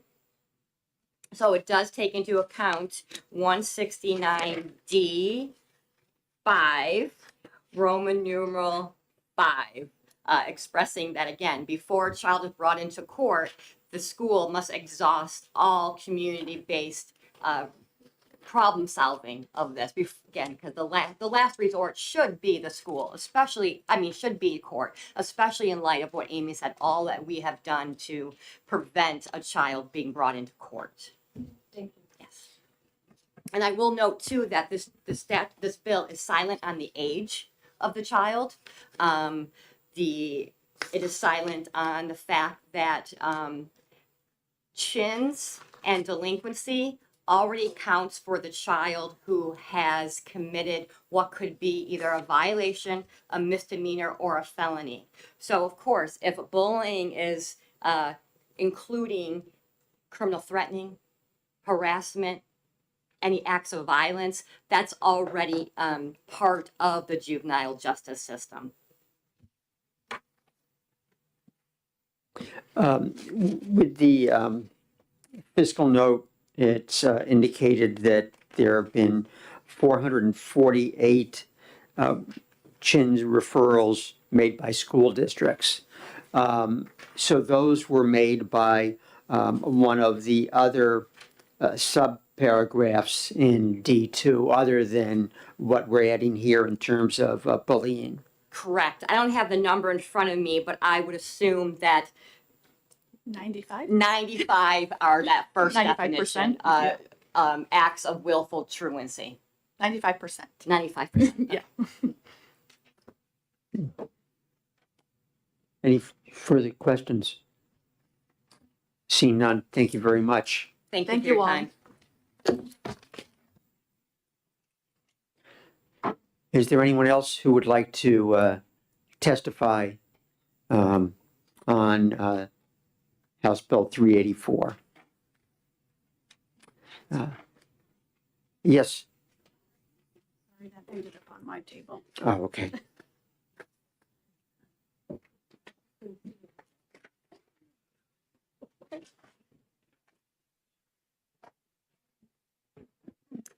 Hi, Nancy Biederman, New Boston.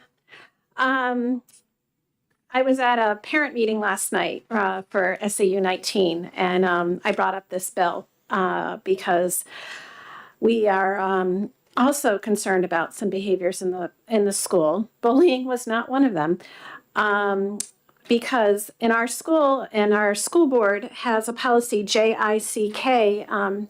It's 10 pages long, and it includes like every single step. And I feel like our community and our school board is taking care of bullying, and has been taking care of things that are being presented here. And I'm concerned about students being put into the juvenile detention system because of this bullying and all the aspects that are being put on the parents for this. Our school district does a really good job, and I think that if you look at other school districts, because this policy definitely probably came from the New Hampshire School Board Association, and they followed along with it and added their own little twists because every community does have their own needs, that I don't think that this is needed. And so I would like you to vote against this. I don't like the fact that this policy also assumes that the current school policy doesn't include parents. Our school policy has a lot of parent involvement in it. And so that's all I have to say. Thank you.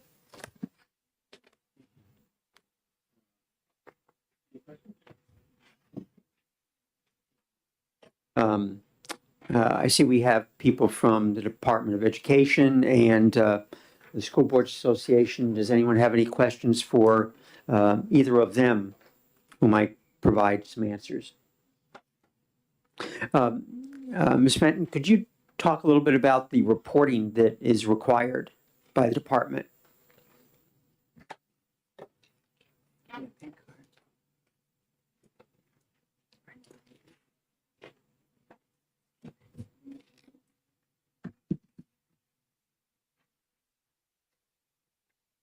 Good morning. For the record, my name is Diana Fenton. I'm an attorney with the Department of Education, and I appreciate the last speaker who left the light on for me, so I didn't have to come up here and fumble the ball once again.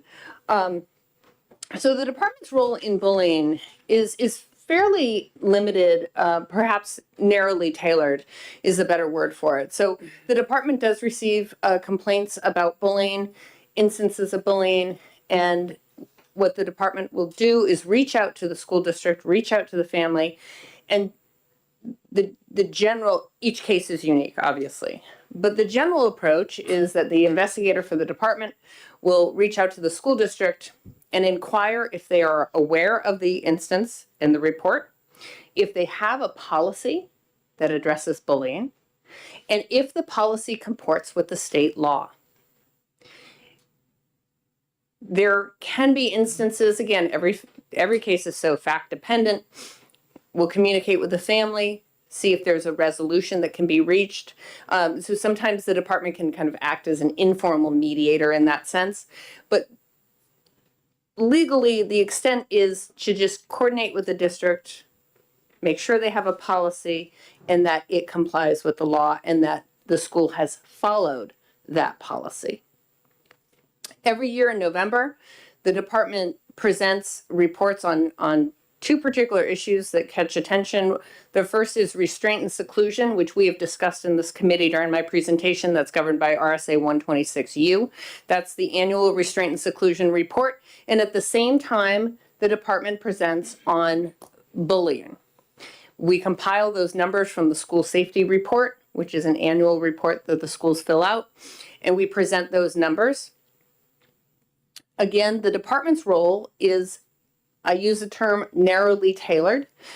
We review those numbers. We report out on those numbers to the state board. We provide those reports on our website and to this legislative body, the general court. In terms of our review, for restraint and seclusion, and I recognize restraint and seclusion is not the issue right before this, but those reports are kind of tied together. So forgive me if I go a little bit astray. For restraint and seclusion, if we see an abnormality in the numbers, if we see a very high number or a spike, we will reach out to the school and inquire. We do the same thing for bullying, but those numbers are different. Restraint and seclusion, you can see if, and I will pick on my alma mater, Kennett High School, so forgive me, Representative Woodcock. But if Kennett High School one year has 5 instances of restraint and seclusion, and the next year has 25, we're going to reach out to Kennett High School and inquire as to why that is. Is there an issue with reporting? Is there an issue with the definitions and the faculty not understanding what needs to be reported? It's different, however, when you look at bullying, because bullying is between students, right? It's not about restraint and seclusion and faculty putting their hands on kids. And so those numbers for bullying are always high. We identify what trends we see. I believe this year, I don't have the numbers right in front of me, but I believe this year we saw the middle school numbers go up. And, during the pandemic, we noticed some trends. Obviously, the numbers went down. And then in the years when the kids went back to school, we noticed a huge increase in the numbers. And that's really the role the department plays in terms of identifying those overarching trends. I'm happy to take any questions. And as always, I appreciate your time. And I really admire everyone who followed my advice and brought their book in. I'm just glad I brought my own book and followed my own advice. Any questions? Representative Woodcock. Thank you, Attorney Fenton. I borrowed her book this morning. Oh, yeah, well, I didn't want to say anything, Representative Woodcock, but there's always one. I was working on it last night at home. I think I'm misreading the statute, on looking at line 9 of the first page, and it's referencing 194F11. I probably missed, I read your training twice. I still couldn't find this correctly. Is that are they citing the correct statute there? Is it 194 or 193F? So it says 190, I'm looking at, Diane, line 9 on the first part, 194F11. They're talking about the bullying officer. And I kept on coming up as the education trust fund. I must have been doing it wrong. So the version I see in front of me, and I have House Bill 384 pulled up electronically, I see on page 2, line 1, I see a reference to 193F11, bullying officer. Yep. I'm looking at line 9.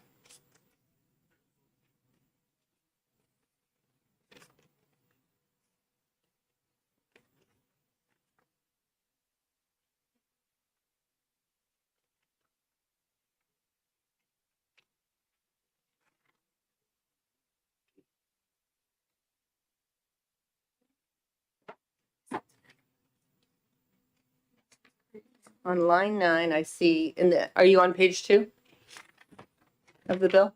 I'm on actually the first page. Okay. So I agree with you. The school bullying officer appointed pursuant to 194F11. I think you're right. I think that's a misprint.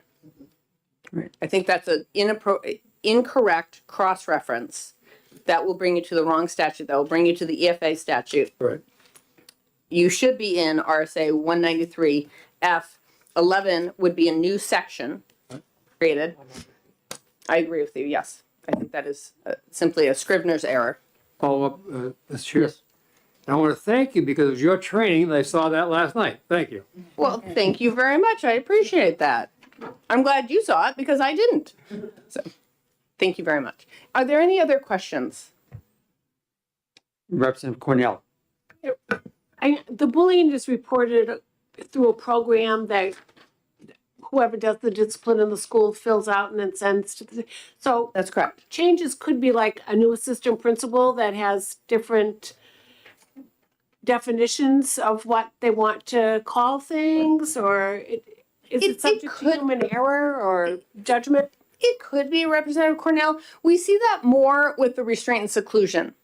We see that more with restraint and seclusion because as we talked about in this committee in the training, the definitions of restraint and seclusion are very complex, right? We saw that in 126U, where it says what it is and more importantly, what it isn't. However, I think that we can always account for human error, discretion as to what gets reported, what doesn't, what gets documented and what doesn't. We don't see that as much with bullying as we see with restraint and seclusion. I think those numbers speak louder to us in restraint and seclusion than in bullying. But I will say that I think when you rely on people in a certain position, you have that inherent discretion as part of it, yes. Further questions? Seeing none, thank you very much. Thank you very much.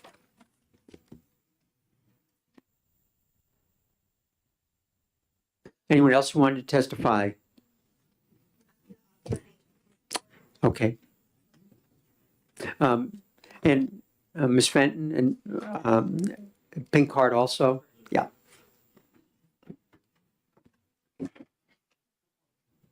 Good morning, Chairman Cordelli and members of this committee. It's nice to see those of you that I have not yet met. I'm Becky Wilson. I'm the Director of Governmental Relations for the New Hampshire School Boards Association. I'm happy to provide any information or answer any questions in regards to school board policy around this issue. There was mention of a policy in New Boston, I believe. Is that, are you familiar with that policy number, and is that is standard policy from the School Boards Association? Thank you for the question, Representative. Yes, policy JICK is pupil safety and violence prevention. That is a required policy as part of the bullying law here in New Hampshire. It does lay out very specifically what the New Hampshire definition is of bullying. Lays out the investigation procedures at each district.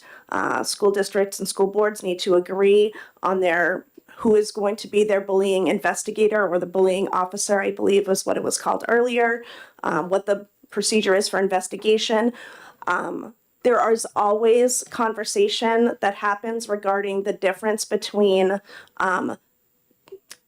bullying incidences that are reported versus founded incidences of bullying. This definition is very specific about what is considered a founded incident basically of bullying. So often you might hear community members or people talking about lots of incidences of bullying. While that may be the case in terms of what is happening, not every case that is reported becomes a founded case of bullying. That does not mean that it is not mean. I think to some of the other representatives' comments earlier, does not mean that people are not fighting or kids are not being hurtful to each other, and that there are some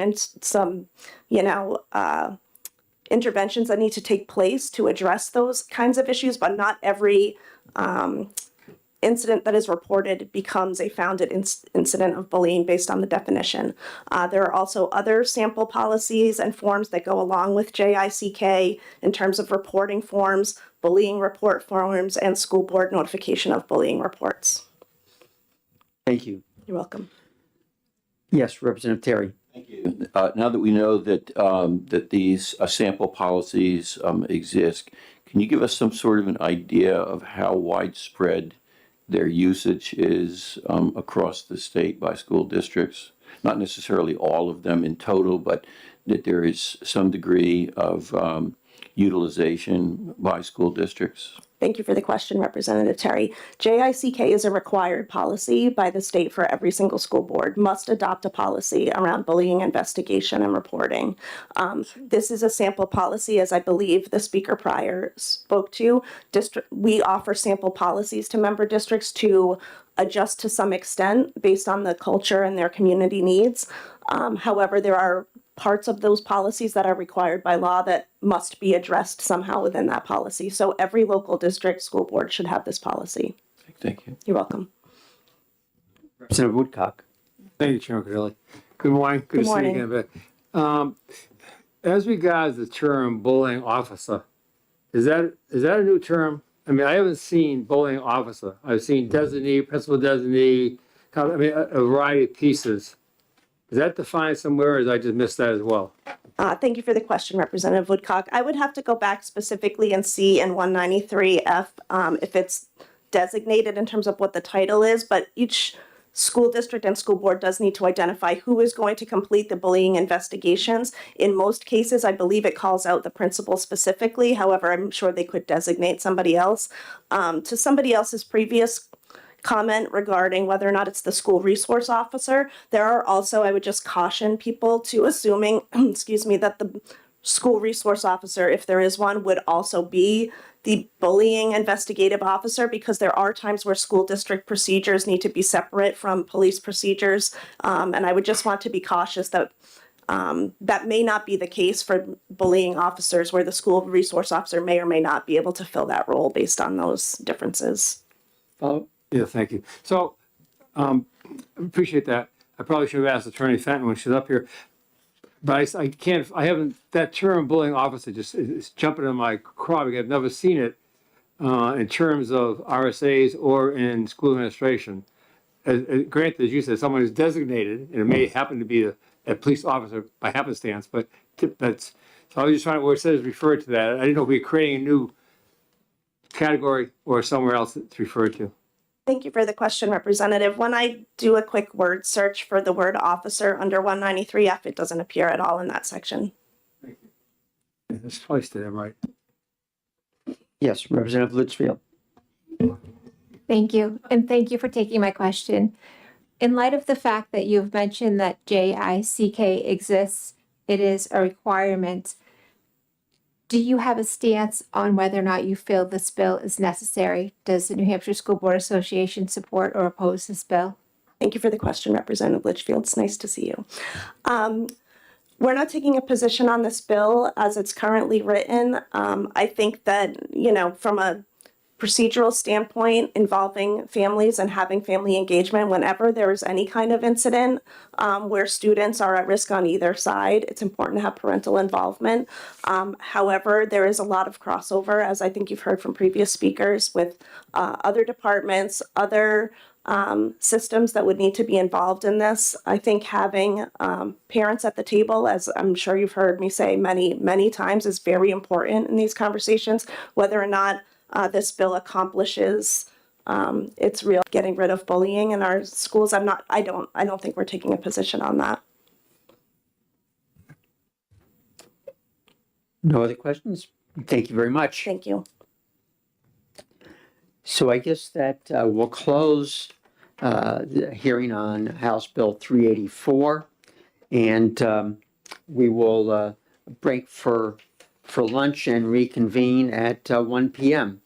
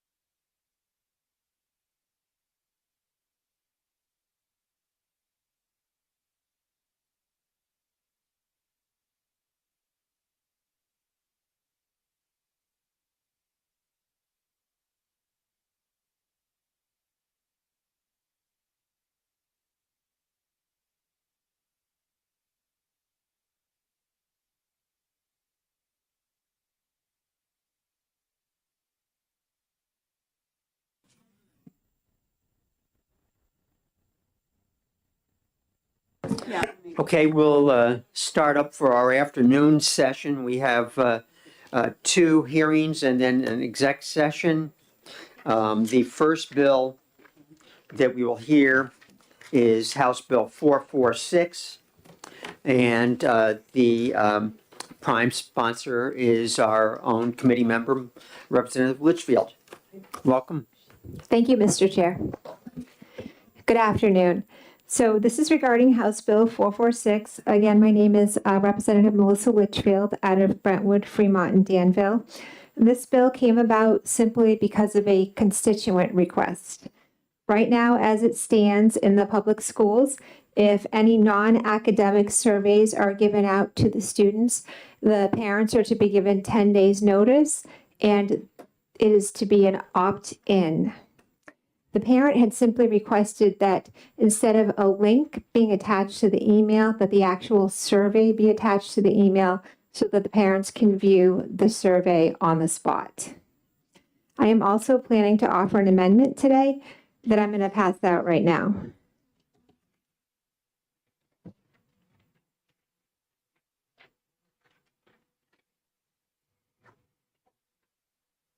I'm just going to wait a moment until you each have a copy, please.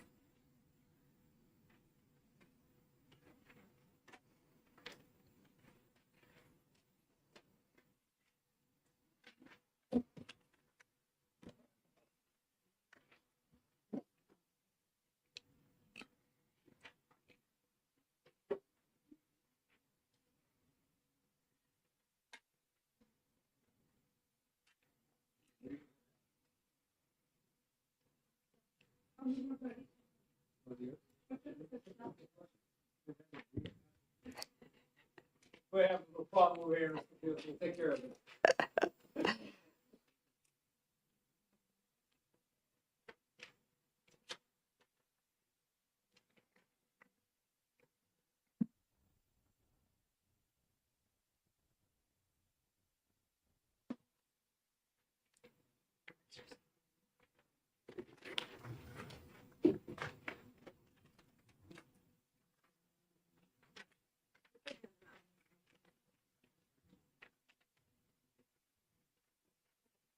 Okay, so the gist of the amendment is just simply the fact that right now there is an exemption for the CDC Youth Risk Assessment Survey.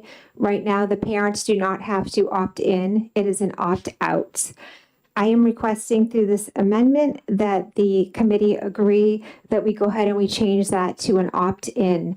We've heard a lot out there about how maybe some of the kiddos aren't taking this survey quite as seriously as maybe they should be. And I know there's a lot of important data that we get from it.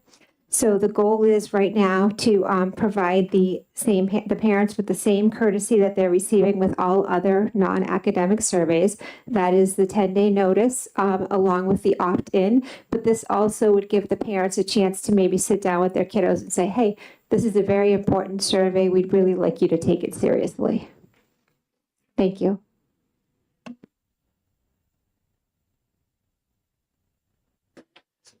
Questions? Representative Woodcock. Yeah, to the chair. Yes. If I may, Mr. Crowley. I'm looking at the amendment. Thank you, by the way. And it significantly alters the initial bill. And I'm concerned that if we take the, I don't know how you're going to rule on it, Representative Cordelli, but if we take this now in process, then there seems to me there'd be a lot of folks and organizations that may want to dialogue about that particular amendment. We won't have an opportunity if we hear it today. Yeah, we're not going to exec it today. But if, yeah. But for example, Representative, if I belong to Group X and I want to speak on this, I won't have a chance to do that. Because then this is a major function of this bill. Right. I'm putting out there that a concern I have already. Okay. Thank you. Yeah, we'll try and take that into account, work something out. Thank you.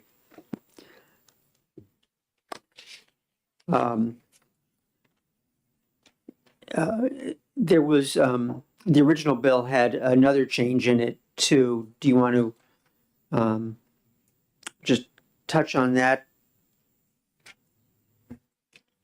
Are we discussing the attachment of the surveys to the email? Yes. Yeah. Right. Okay, so, right, so what would happen now is if this bill were to pass, any non-academic surveys, the parents will be notified 10 days ahead of time, but they won't be just given a link to the survey. There'll be an attachment on the email of that particular survey.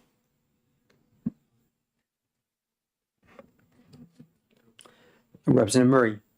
Thank you, Mr. Chair, and thank you for taking my question. So in looking at lines 13 through 15, which is in addition to the non-academic survey, I'm curious to know if the term non-academic survey could potentially include things like lunch request forms or any other type of information that is necessary for the daily functioning of learners to sort of participate in their daily goings on in the school community.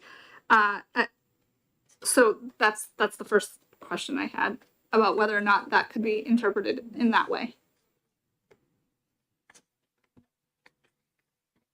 So with this amendment in HB 446, all I have done is taken out lines 10 through 13. I believe 13, 14, 15 are already in existence at this point in time.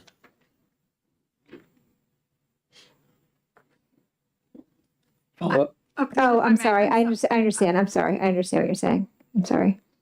I read the amendment and not the bill. Yeah, I was referring to the initial underlying bill.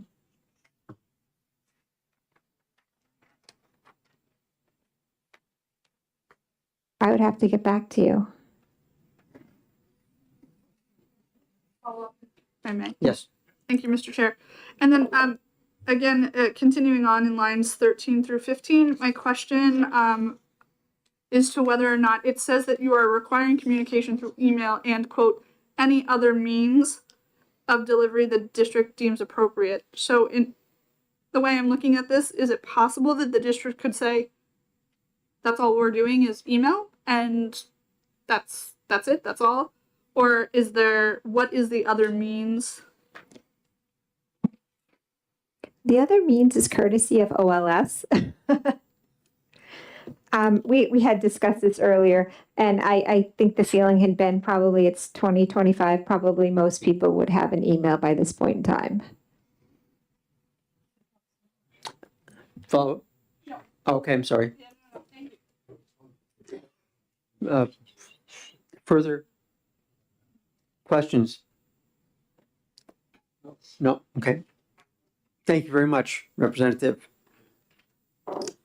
Representative Henry, is it Giesen? Giesen.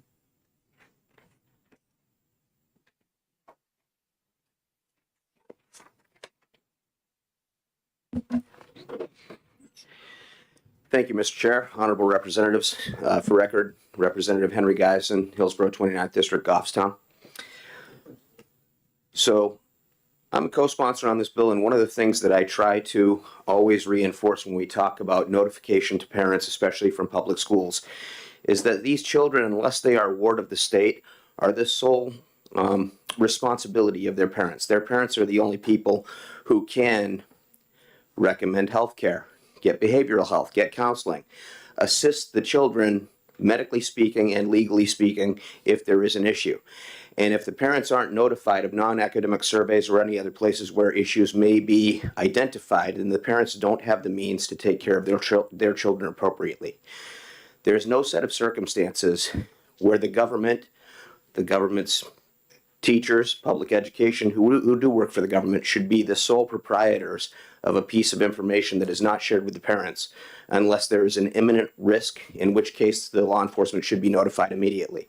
So I'm coming to this from a perspective of transparency for the parents as care providers for the children. The public education system is a great system, but everything that they do that's non-academic should be clearly transparent to the parents, as is everything that they do that's academic. Thank you for your time. Thank you. Questions for the representative?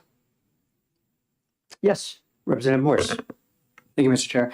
It seems to me that like questionnaires about school lunches would be exempt for this particular bill as to the designated the definition to designate illicit information about the student's social behavior, family life, religion, politics, sexual orientation, sexual activity, drug use, or anything along those lines. Is that correct? I would not, first of all, I mean, respectfully, I've never seen a questionnaire about what you would want for lunch.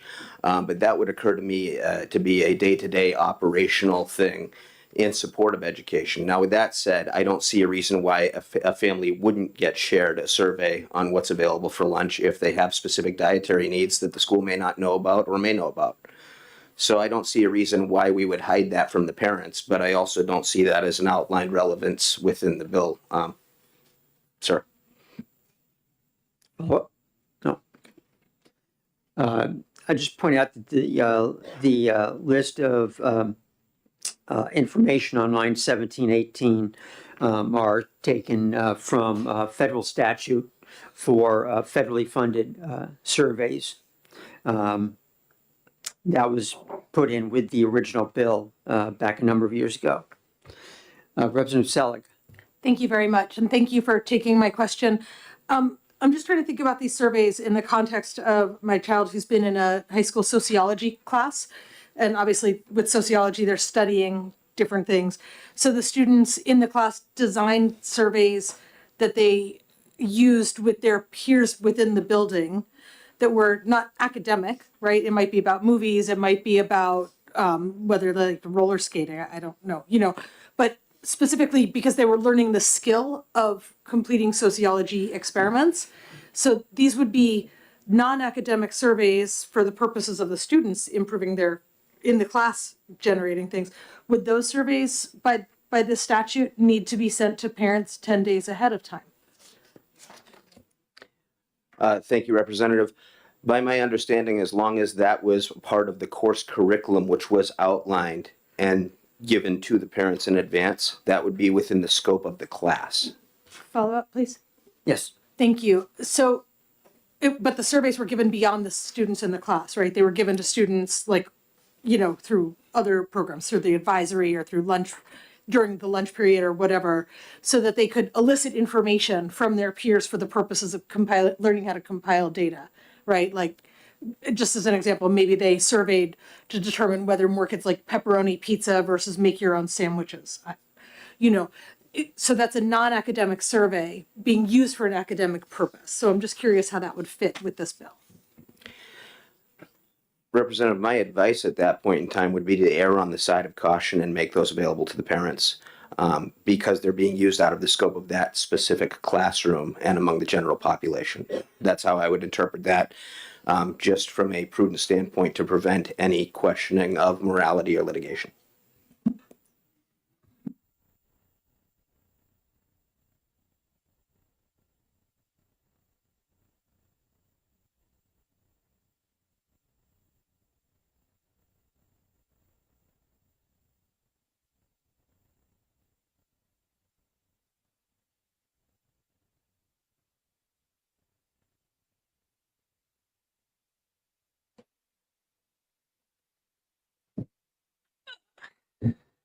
Nancy Biederman, New Boston. My major concern with this bill, and I'm all for restricting more, is that we need to have some more teeth to it. In 2024 school year, 23-24 school year, I requested on Right to Know asking Goffstown High School for all surveys and questionnaires that they had given to students at the beginning of the school year. That was a 113-page long document that I received. So the school district knew about this law. They knew about the rules. They were still allowing the teachers to do this. Questions ranged from asking about knowledge of a subject or skills for that subject matter. Some of them asked about their favorite foods, colors. Don't know sure about why that had to be there. But then it also moved on to more personal questions, asking students what their pronouns were and what gender. There were also links to online surveys that we don't know if that third party was collecting that data and using it somewhere else. There was also questions asking which was your preferred parent to be contacted. Well, both parents. If there's two parents, everyone should be contacted if there's an issue. In one paper that was from a teacher, they asked for the student's cell phone number, not the parents, the student one. I reported this to the Department of Education. The school district was told that they needed to do more training with their teachers, and that was it. So there's no incentive for this school district to do or not do it. So this year, 24-25 school year, I again asked for a right to know.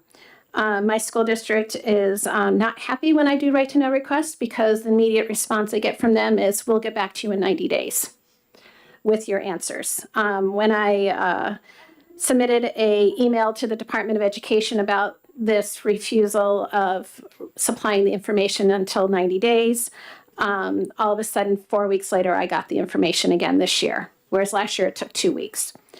This year, there was 24 pages of information. So teachers are still giving questionnaires and surveys.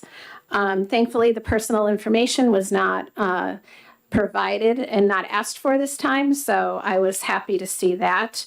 There was no information about social behavior, family life, religion, politics, or sexual orientation, or drug use, or anything else. So they are, with the training, following, but again, they're still giving the surveys. So I think there needs to be more clarification to the school districts, more training, and there needs to be something more. I think if we sat there and we did right to know requests to a bunch of school districts, you're going to get surveys and questionnaires from teachers that asked questions that they shouldn't, because the parents don't know that they're not supposed to be asking. And if you're wondering why I asked our school district about this and started it, was one parent came up to me. She was new to the district, and her son came home and he's like, "Mom, why is this teacher asking me about my gender?" And so she replied to me. She contacted me, and I did it because she didn't feel like she could as a new parent to the district. And unfortunately, most of the teachers that were doing the questions about gender and sexual orientation and pronouns were the science teachers. So again, there needs to be more bite to this. Thank you. Thank you. Questions? Representative Balboni? Oh, I never get questions. you do now. Oh, my goodness. Thank you for taking my question. You mentioned that you submitted the right to know request to get the academic, non-academic surveys. Or, the law says that the parental permission is required. So are those surveys that you're mentioning, did they say that the parents did not give permission for those? There were no parental permission given or asked for on any of it. Never. That's what the school district told you. Yep. Yep. Any further questions? Now you can go. Okay. Next, Anne Marie Banfield.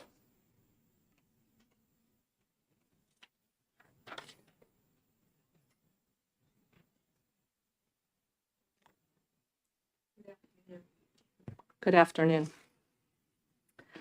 My name is Anne Marie Banfield. I'm a parental rights advocate focused on excellence in education. I've been advocating on behalf of parents and education for about 15 years, and I come here in support of HB 446. So I've been here longer than this actual law, so I can go back in history and answer any questions in terms of how the law came to be. I was very involved with the original law, and this is why we need to expand the law and include the YRBS. Years ago, students were asked highly sensitive and personal questions on surveys distributed by for-profit vendors. So for-profit vendors were gathering all this information because a lot of these surveys come from online vendors. Parents were shocked to learn that their children had been asked controversial questions on sex, drugs, and alcohol usage. In one case, a father in Bedford said that because of these surveys, his child learned how to get high sniffing glue. Unfortunately, the YRBS only requires notification of parents by school personnel. Since the questions on the survey are sensitive in nature, parents should be required to consent. The Power School breach should have been a wake-up call to everybody. This information is very vulnerable to attackers, hackers. Notification does not go far enough, and a notification may never make it to a parent. That's the problem. Sometimes it does, sometimes it doesn't. The first questions on the YRBS surveys are tracking questions. Children have written their names on them, and they use their unique pupil identifier number on them because they think it's a test, and so they turn it in as if it's a test. In Bedford years ago, too, a parent demanded that his child's survey be destroyed after he found out his child took it without his knowledge. The administrator did confirm that they destroyed the survey.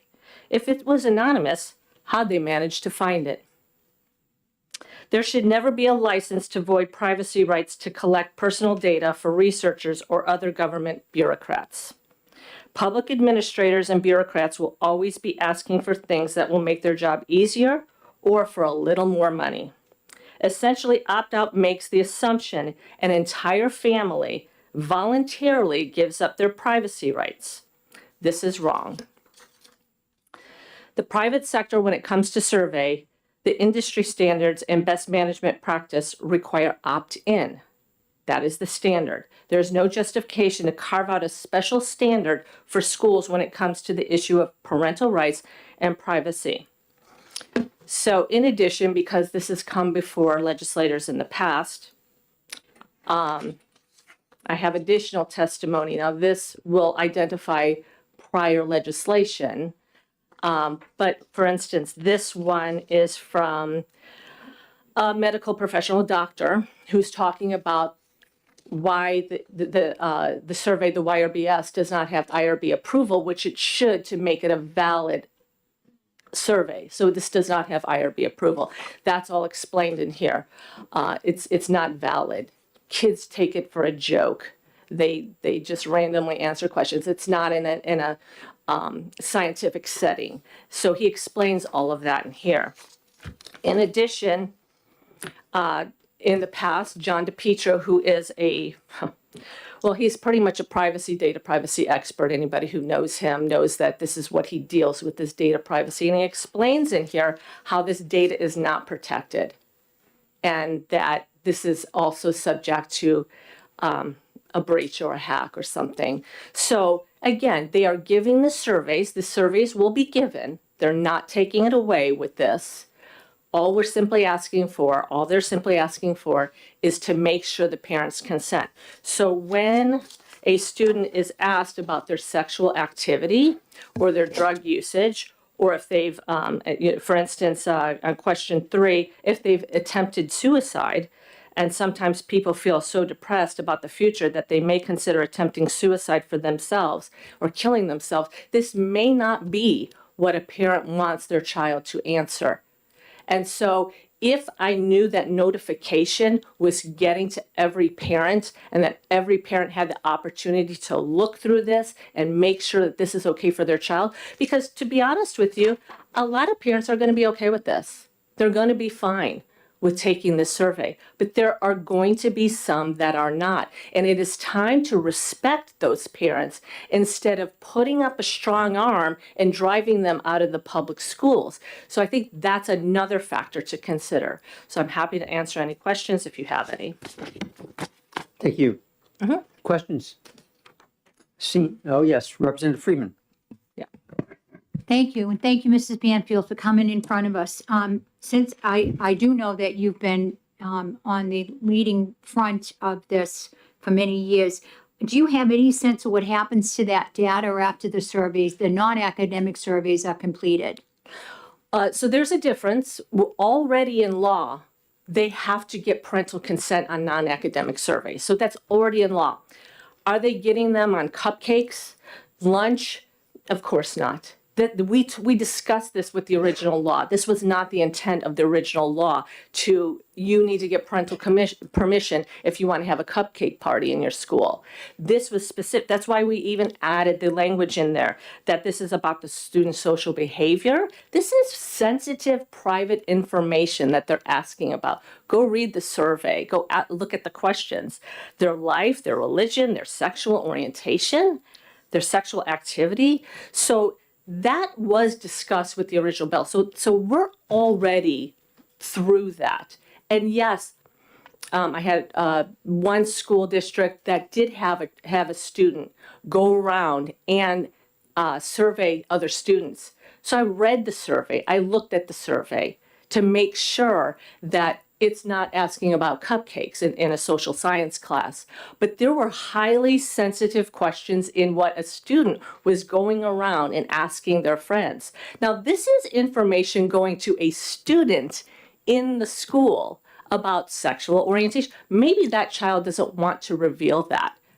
Maybe that child will say no. But the point is, this was a way for parents to also look at kind of controlling the information that comes out about their child in a school setting. It's a lot of information. It's a lot of data. I don't know if that answered your question, but if not, I'm happy to expand on it. Seeing nothing further, thank you very much. Okay, thank you. Jama Wilder?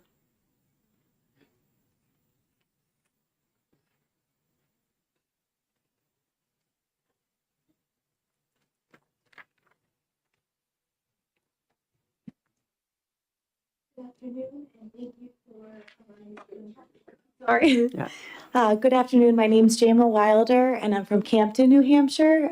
Thank you for allowing me to speak on this. I am in support of this bill. I want to share my story with you. A few years back, my older two children were in school when they gave the youth risk assessment survey. And at the time, the law was that it was an opt-out option. And that was by law that the school had to give them 10 days notice to decide whether or not they wanted their child to take it.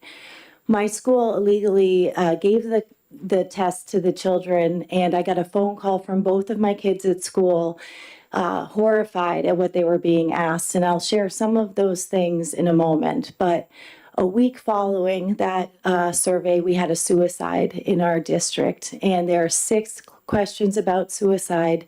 Anne Marie read one of them to you that are very, very leading and plant a lot of seeds for kids that might be struggling with depression.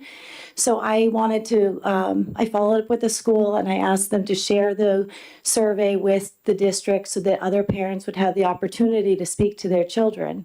I waited 1 year after this happened and tried to explain what was going on at a school board meeting, and I read the 6 questions. At that time, the parents there were so upset to hear what they were asking the children, and it said that I was attacking the parents, that they started screaming at me, shut down my mic, and didn't allow me to continue. So I just want to let you know, in that survey, they ask questions about your sexual orientation and abuse and suicide and body image, but things like, where do you look for your pornography? Or do you look at it and then list all of the places that they can find it? The drugs that they list, there were so many that I had never even heard of as a parent. And I had an experience with my daughter who struggled with body image issues after a survey given in a doctor's office.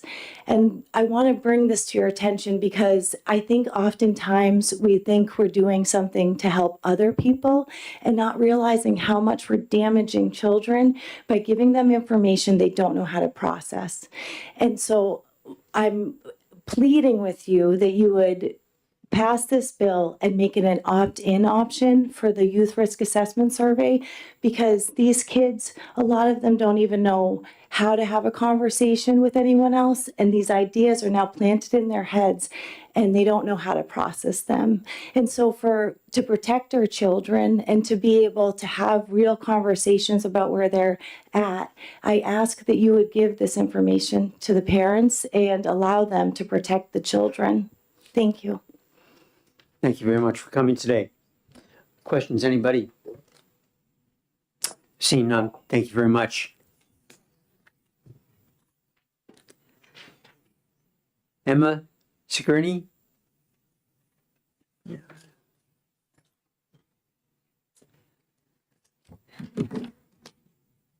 Good afternoon, members of the committee. For the record, my name is Emma Savini. I'm the Children's Behavioral Health Policy Coordinator at New Futures.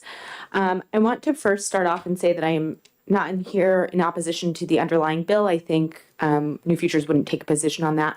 I am in opposition to the amendment that was offered this morning or this afternoon that would remove the exception for the Youth Risk Behavior Survey for information purposes. I think there are a lot of advocates, mental health, substance use disorder, and otherwise youth groups who would be really interested in weighing in on this particular amendment, and I think they should be offered the opportunity to speak.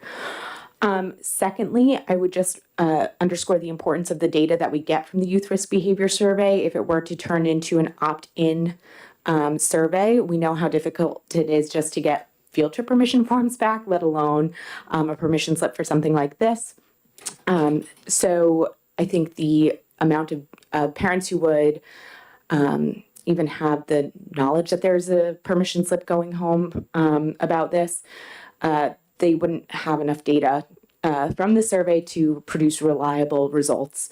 And folks rely on this data to ensure that we have targeted interventions in our schools for kids who are suffering from mental health issues, bullying, healthy eating. I'm trying to think of all the great programs that stem directly from YRBS data.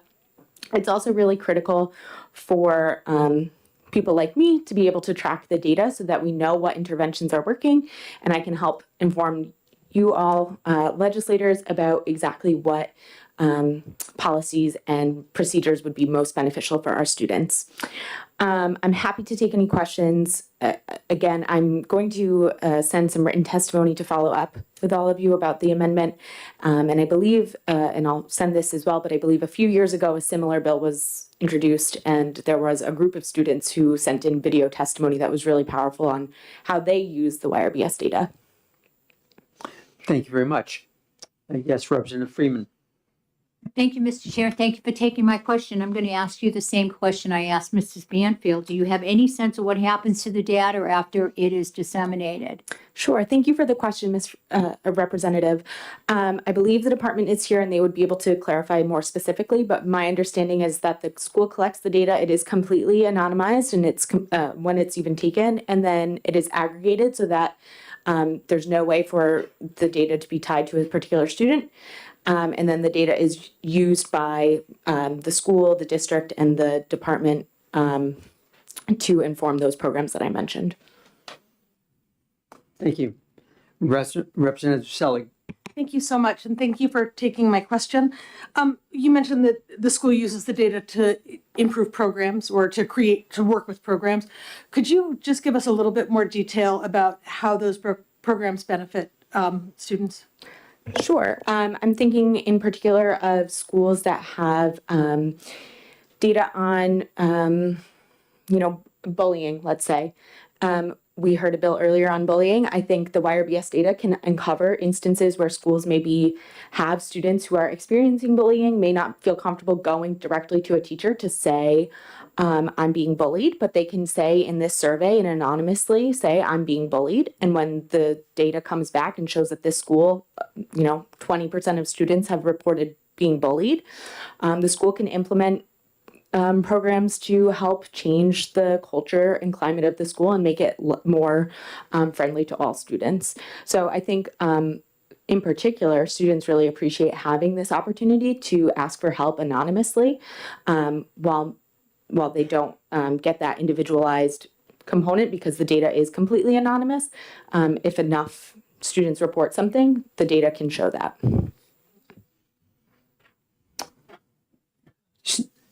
Yes, Representative Dry.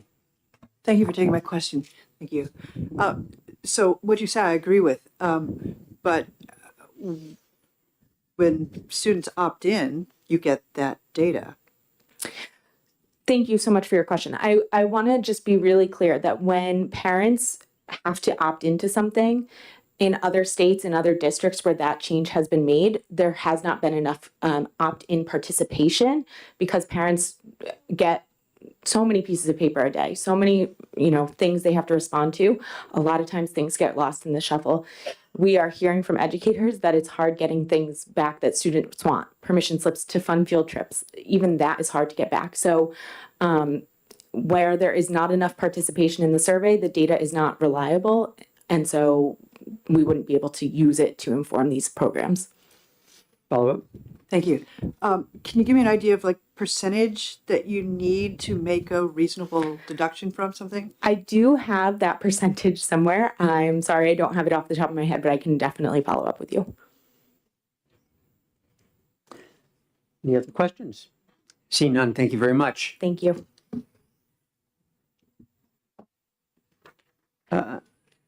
Ms. Shala?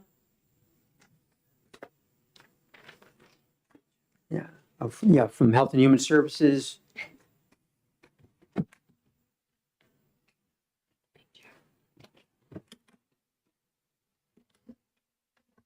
Good afternoon. I'm Abby Rogers. I'm the Legislative Liaison for the Division of Public Health Services. For the record, my name is Joy Chawla, CHIAHUY, CHAWLA.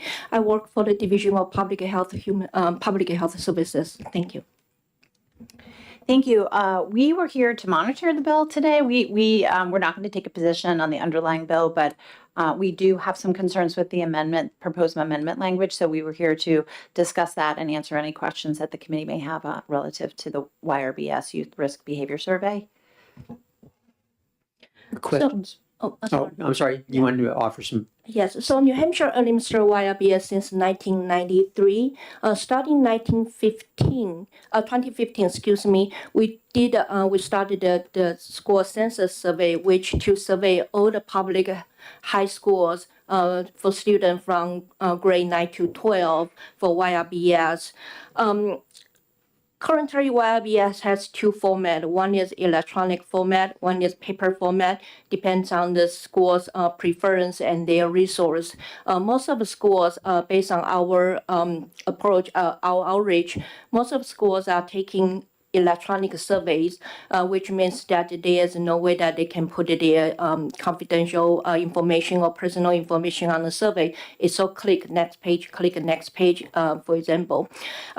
We do have several schools a few schools that are still taking paper survey. However, we do the training to train the schools to let the students know that they should not write anything other than their answers on the answer sheet.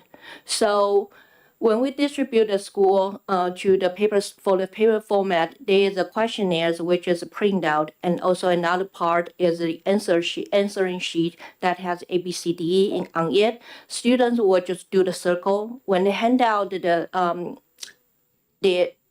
result, they handed out both the questionnaires and also the answer sheet, and we collect the answer sheet. So we did educate and train the school administrators and coordinators to let them know that the pre-distributed information that students should not write anything other than their options to the questions. The other part on the parent consent form and also the questionnaires, YRBS is administered in odd year. So 2021, 2023, and this year, 2025, we have started YRBS survey already. Prior to the survey administered about around October or November, DHHS posted the questionnaires for the next year on our website for the public to access. We also let the schools know that feel free to download the questionnaire from the DHHS website, post it on their own school website, or just to embedded the link to their school's website. And we also provide our form to the schools and ask them or encourage them to do the outreach to the parents for the opt-out form.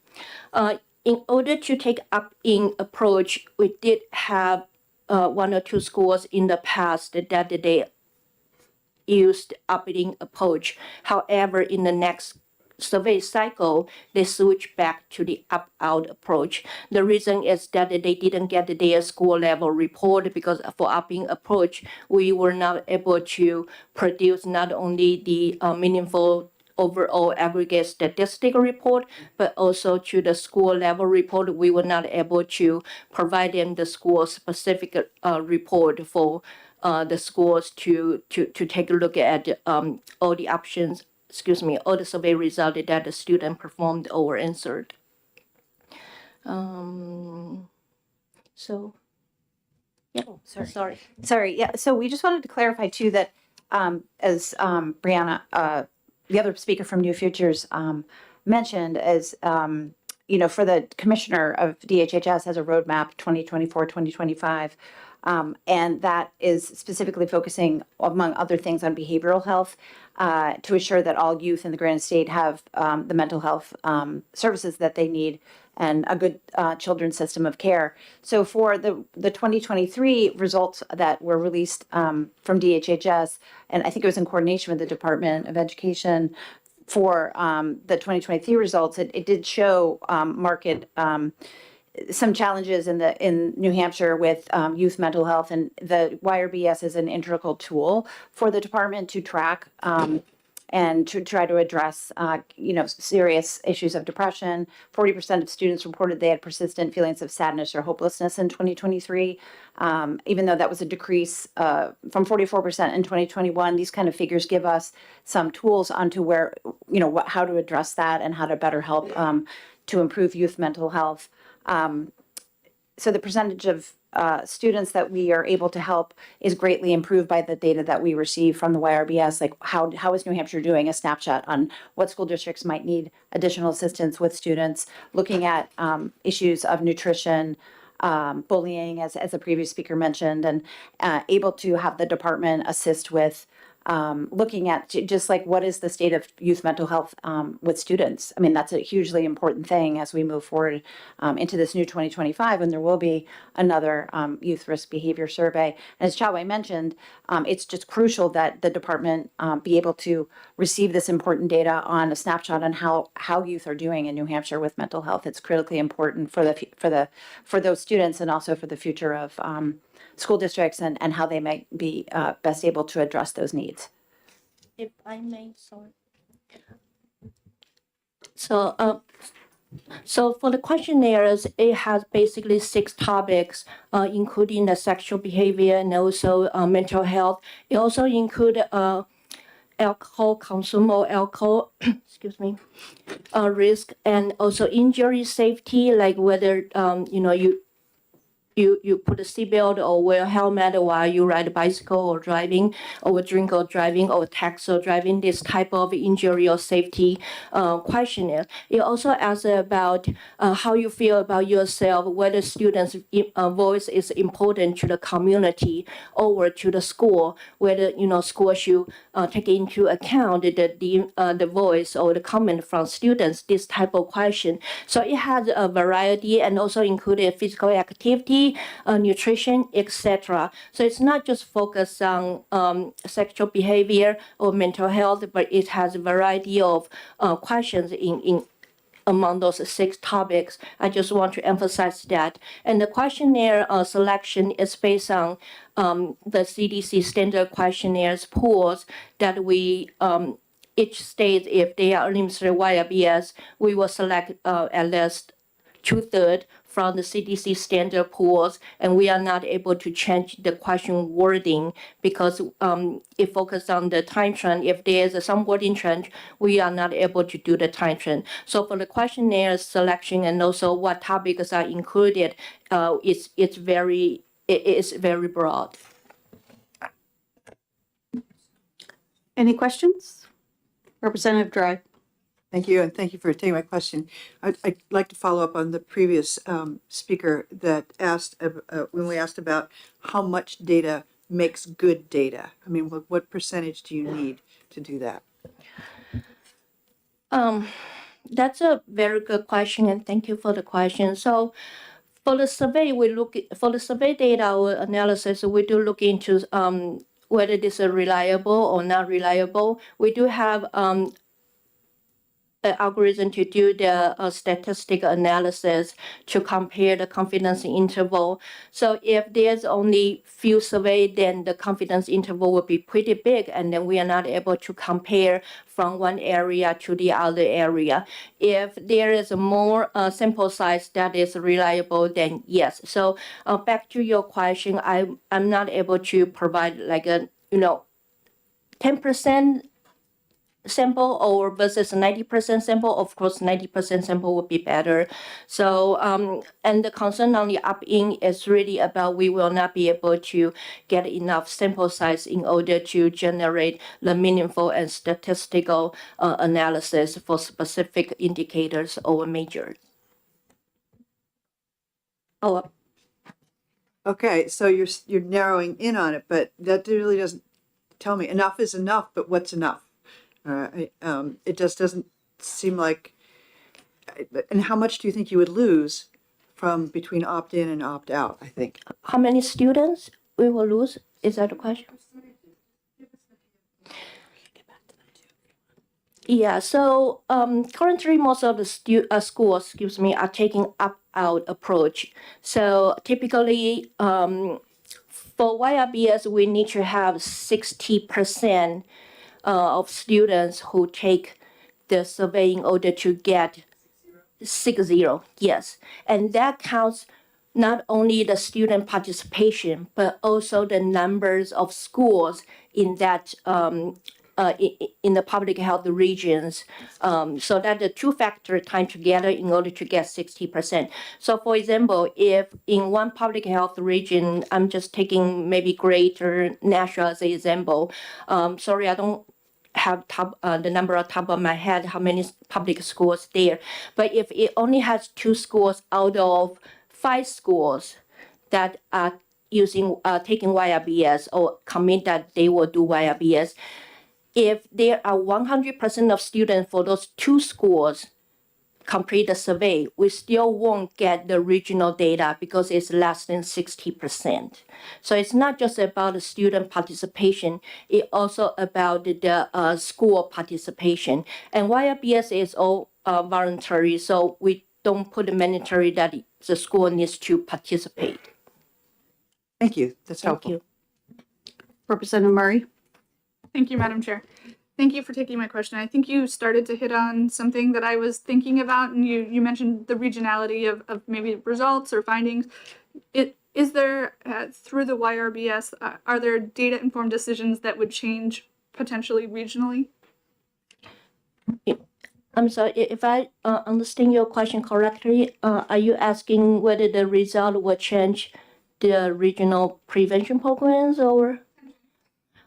So for this part, I'm not the best person to talk about how the data is used because it's being used for various programs and also public health regions in New Hampshire on their preventions, and also maybe the local communities to look into their own regional data, and also some schools are willing to share their data with public or post their result online, and then the school board or the parents will have the opportunity to look at the school data. But as far as I understand, it focuses on prevention, so like a tobacco use, like sexual behavior, and like what Abby mentioned about mental health to find the support. So for department, we did publish some kind like a brochure or Q&A. If you are seeing this questions or if you have this type of concerns, please contact this hotline. So we do have that type of information posted on our website, and this is the result from one hearings regarding YRBS bills that we take it seriously to see if what type of services or resources the department can provide. So we do have that resources for the general public to be able to look into. Our students, if they want to look for some kind of like a resource for themselves, sometimes they may not have an adult that they can trust or they rely on to discuss their own concerns, then that part is what we distribute and available on our website. In terms of how programs use the data or seeing the data, I think the partner from New Future has provide some information, and if we can follow up and then provide more information how program areas are using the data or how the local communities are using the data. Thank you. Representative Balboni? Thank you, Madam Chair, and thank you for taking my question. There has been brought up some concerns about student data privacy and how and the vendors that you use to collect this information. How is this data the privacy being contained, and how confident are you, given that there have been data breaches in other formats that we've seen, as PowerSchool has been brought up before? How do we know student data is safe? Thank you for the questions. So first of all, YRBS is anonymous, so we do not collect any personal information. We do collect, the survey does collect which grade you are in, and also your height, your weight, and gender, etc. Those are the basic demographic information that we collect. And so for the further statistic analysis, focus on different type of demographic group among the students. Excuse me. So we currently have a vendor that we utilize to administer YRBS for both electronic survey and also the paper survey. For electronic survey, we are using RedCap application, which is a HIPAA compliant software that using to collect the data. For the electronic format, it does not capture any personal identifiers, and for school or the classroom ID, which is randomized. We do have the school ID we know, so we know which school is from. The classroom ID is randomized based after the school submit their class roster, and then the department randomized the school ID. So the school ID and also the class ID are captured into the record, but it's randomized. So we have no way without looking into specific form to know where those group of records is from. In terms of a security and privacy approach, whether the school is taking electronic format or the paper format, we require the school in the classroom setting, they need to have at least 5 students taking the survey at the same time. So if on the survey day there are only 4 students or 2 students in the classroom, we ask the school or the school coordinator to merge or group those students in with other classroom.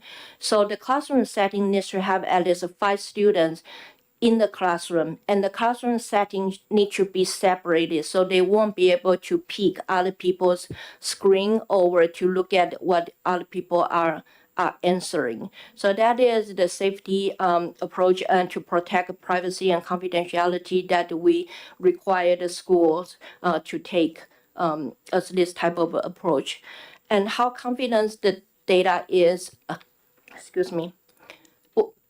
is secure. First of all, it is anonymous. So I personally do not believe there's a way that the school or the teacher would be able to identify which one and then take it out. That's not, even though that's what we have heard during the hearings, but I don't believe that. I don't believe that is feasible. And for the electronic format, we did get 1 or 2 requests to remove 1 record or 2 records. We are not able to do that. So in order to do that, we will need to remove the entire classroom or entire school record. Then that means there's no survey for that specific school. Thank you. Thank you. Representative Selig. Thank you, and thank you for taking my question. would it be safe to say that, because this is given at the specific survey you're addressing is given at the high school level, that students at the high school level may not disclose information to their parents about their current mental health feelings or their current drug or alcohol use or their current sexual activity with their parents, and might that the survey might identify that there's an area where there's significant risk behaviors occurring that might need to be addressed in the community without identifying targets? Yes, that is correct. So we do encourage students to talk to, if they have any concern, to talk to any adults that they trust. That may be their parents, that may be their guardians, or maybe school teachers. So for the survey, we also encourage parents to look into our questions or questionnaires online. However, we also we do not encourage the parents discuss with the student prior to the survey, but after the survey, definitely to understand. What do you think about this question? How do you think? How important do you think your voice should be heard by the school, etc. This type of discussion, we do encourage parents and students to talk to this, to talk to each other. And for the survey, the purpose is to hear the true voice from the students, and sometimes this is something that we probably cannot get just as face by face per se. So this survey, provide a mechanism for the student to answer. We would like to have their truthful answer on each questions. Another part that I forgot to mention, I think it's very important, is the survey is voluntary, so students can opt out themselves out anytime. If they do not want to answer any question, they do not need to answer. They just skip it. The only requirement that we have is, in order to provide protect the confidentiality and privacy, once the survey starts, students will need to sit there until the survey ends. They don't need to do any questions if they are not comfortable with this question or provide their answer. So that is another information that we ask the school to distribute to the student prior to the survey, that if they don't feel comfortable answering any questions, they can skip. And we don't know who skipped what, because we want to have the truthful answer. Another privacy mechanism that we take, I failed to provide that information, is that during the survey period of time, no one can walk around. The teacher cannot answer any question from the students. The teacher cannot walk around either. The teacher will be there. And once the survey is complete or the time is up, student hand back, if it's paper survey, hand back their answer sheet. If it's electronic survey, they just click submit. And then for the electronic survey, we provide access code to each student. We don't know who will get what access code. And once the survey is done, the access code will be invalid. They will not be able to take the survey home and answer. They have to answer it during that period of time that school identified or set up. Representative Freeman. Thank you, Madam Chair. Thank you for coming in front of us and answering my question. I actually have two questions, if I may. Thank you. How long has this survey been administered? How many years have we been participating in this in New Hampshire? For New Hampshire, we started doing this in 1993. And in the past, it was the collaboration between DHHS and the Department of Education. And starting 2025, it's purely administered by DHHS. So starting 1993, New Hampshire has been participating in YRBS. Thank you. And may I? Thank you. You've stated numerous times that the survey is completely anonymous. If that's so, how do we alert parents if specific problems come up with each student. In other words, if there are problems, why wouldn't we be able to alert the parents? I'm sorry. You stated numerous times that the survey results and the survey itself are completely anonymous. There's no personal pupil identifying number on those. Now, if there are problems, and say there's an alcohol problem with one of those children who has filled out that survey, why wouldn't the first line of defense be to go to the parents and let them know that there's a problem, instead of taking all this information, aggregating it, and just sending it out into the ethos? Why wouldn't we be alerting parents? Yeah. Thank you for the question. I guess I would say that on that is, it is supposed to be an anonymous survey. It's a aggregate data of what is going on in the school.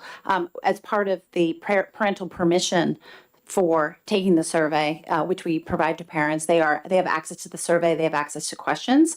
And I guess best practice would be to maybe, if you had concerns as a parent, be able to discuss that with your children, or discuss in general if you were going to, if your child was going to take the survey, to maybe, it would be a good opportunity to talk about some of those subjects that might be problematic without, sort of calling out an individual student, because for our purposes, it's a general public health, health of the community, the school community, without singling out children, and that in itself would be sort of a privacy concern. Well, thank you, Madam Chair, and thank you for answering my question.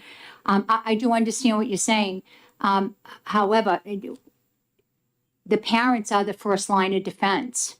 So I am curious as to why we wouldn't have a mechanism in place to alert a parent if a question on that survey is problematic to that student. If they're having suicide ideation, I think that parent should be alerted immediately. But by this mechanism, it can't be, because it's completely anonymous. So the point I'm trying to make is there any way, number one, that we could add a layer of parental notification, even though it is anonymous, or number two, maybe this information isn't as anonymous as we thought. That's basically what I'm trying to. Yeah, thank you for the questions. So basically, the survey provides some data to understand what's going on in the specific schools and also specific communities. If there is any survey result that shows that this community has a high percentage of students who consider or who has considered suicide or who attempt suicide, then yes, that will alert that.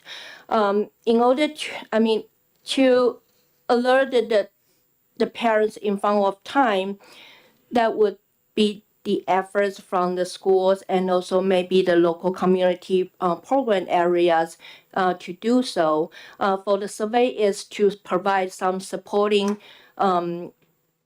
numbers or data for their own work. I know I probably don't fully answer your question. I'm sorry, I wasn't rolling my eyes at you. I was rolling at the phone like, oh my gosh, again, what can you call me later? Representative Selig. Thank you. I had a follow-up question for my questions earlier, and I appreciate you taking my questions. So we're looking at this as aggregate data about a particular school, and this maybe follows up with some of the other questions that have been asked. If we're identifying, for example, you talked about a mental health spike, issues spike over the years, which makes sense, especially as a parent of teenagers during that time. So would that data then allow a district, say the red school district, to say, okay, we've just gotten this data that shows we've got a 20% increase in students saying they're experiencing mental health challenges. We need to think about reallocating our school budget to ensure that we've got more mental health support, or we've got some more training for our teachers and how to manage the situation, and also create some kind of outreach for our greater community so our parents can learn, can identify ways to support their children and have conversations, because maybe the parents don't know how to have the conversation. Yes, absolutely. And that's what we would like to schools or the community to utilize this type of report. But the bottom line is we will need to get enough sample size in order to provide this type of statistic analysis to the school or to the certain communities. Any other questions? Seeing none, thank you. Thank you. Aubrey Friedman.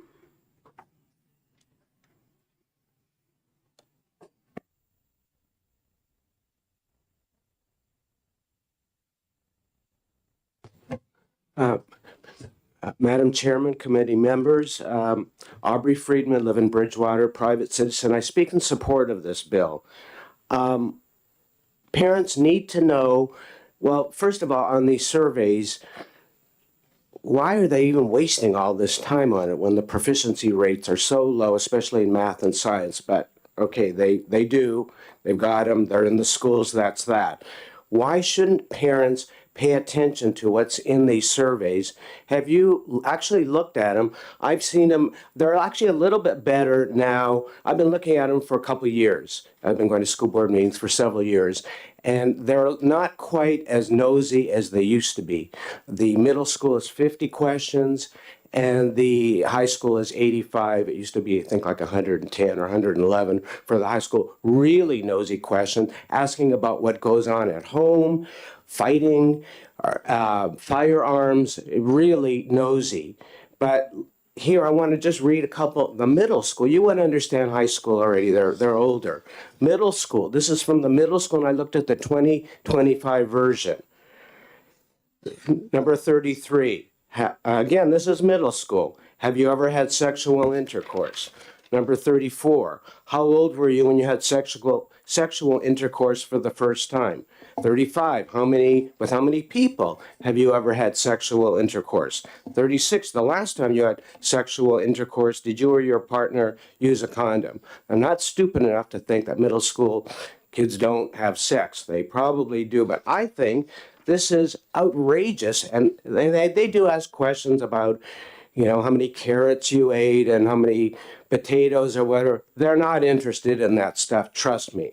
They want to know about the nitty-gritty stuff. And about, of course, sex and, sexual orientation and all that identity stuff. What business do they have asking all those questions? And I'll tell you why they do, because I've been going to these school board meetings for years, and I'm telling you, whenever the question comes up about the youth risk behavior survey, people get all excited. Whoa, they're doing it again. The data is coming out. They just can't wait for it. Why do they want the data? To show that the kids are so messed up. We need to hire more staff, more health experts to solve the problem. The kids are so messed up. How can they perform academically when they're so messed up? And I want to give an example of how they do this stuff too, because they love the youth risk behavior survey thing. Just hold on up here. Oh, okay. They like to cherry pick the questions that make it look like the kids are actually doing worse than, I can't find it, so I'll just remember it. There was like a question about smoking.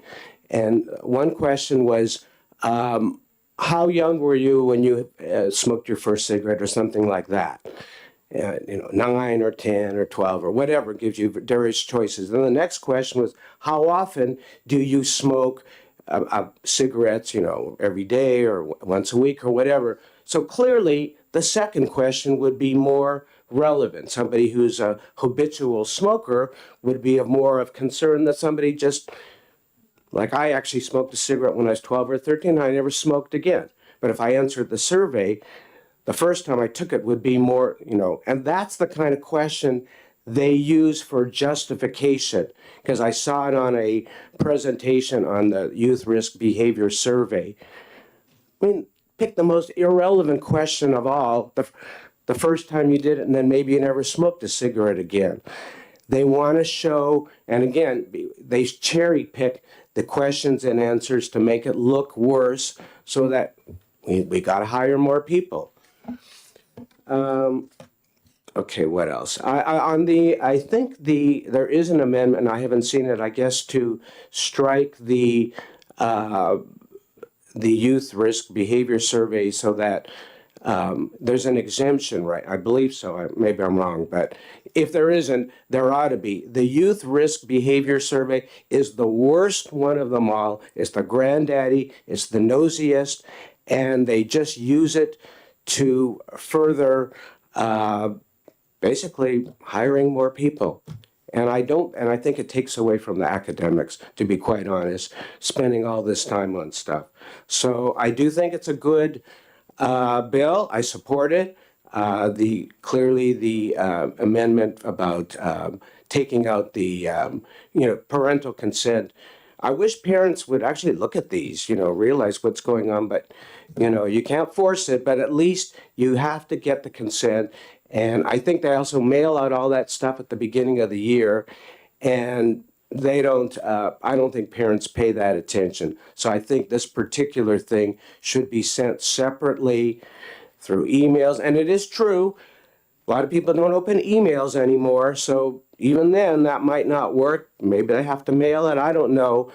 Personally, I don't think they should be wasting the time on it, but parents need to get the full consent and actually see these forms, and if they okay them, then that's that. And that's Any it. questions? Representative Murray.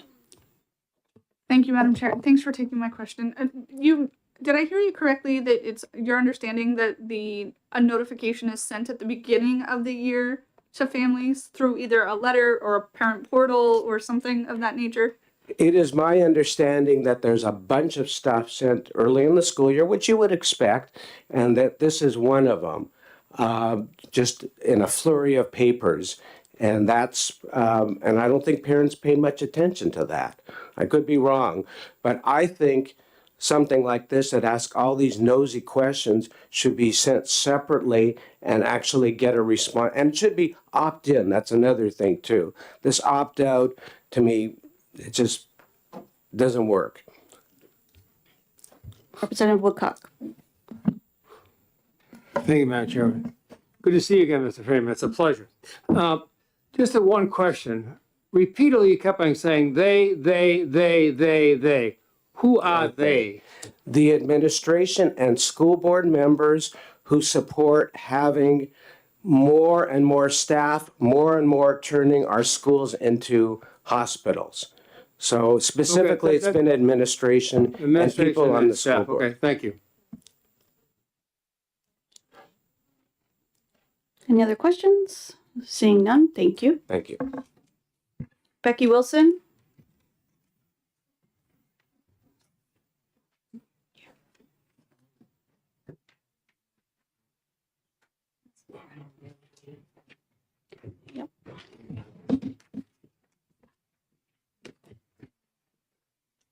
Good afternoon, Madam Chair and members of the committee. For the record, I'm Becky Wilson from the New Hampshire School Boards Association.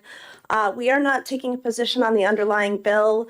I have not really had time to really look at the full amendment language. I just was here to offer information regarding current practices or answer any questions if there are any about the school board policy, which is a required policy, ILD for non-educational and non-academic questionnaires, surveys, and research.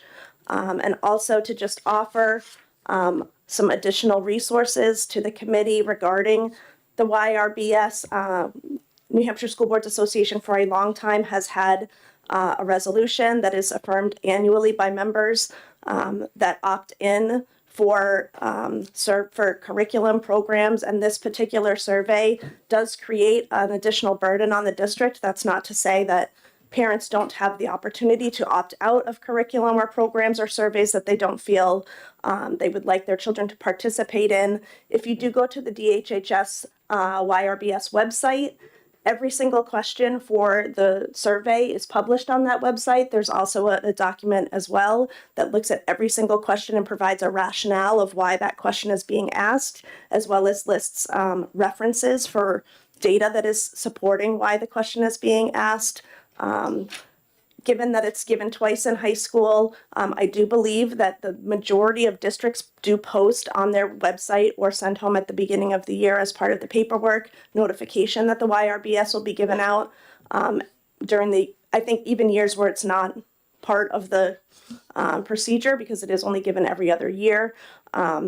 The middle school YRBS, just to clarify, is not funded by the state. That is a locally funded YRBS assessment in New Hampshire. If a district is deciding to administer the YRBS at the middle school level, that is a local decision that school boards have to vote on and support. So there's opportunity there, but that is not the same as the high school YRBS requirement here in the state, where the state is funding in conjunction with DHHS to provide that survey.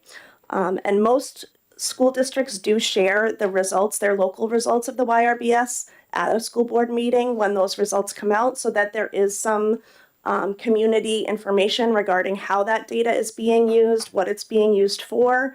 As I think many of the previous speakers prior to me mentioned, it is not solely used by school districts per se, although it does sometimes work in conjunction with other community resources to provide access to needed supports for families and students across the community. So I'm happy to answer any other questions.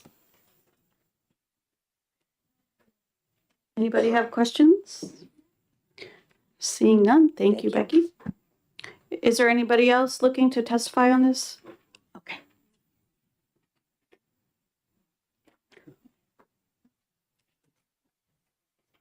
Representative Edwards.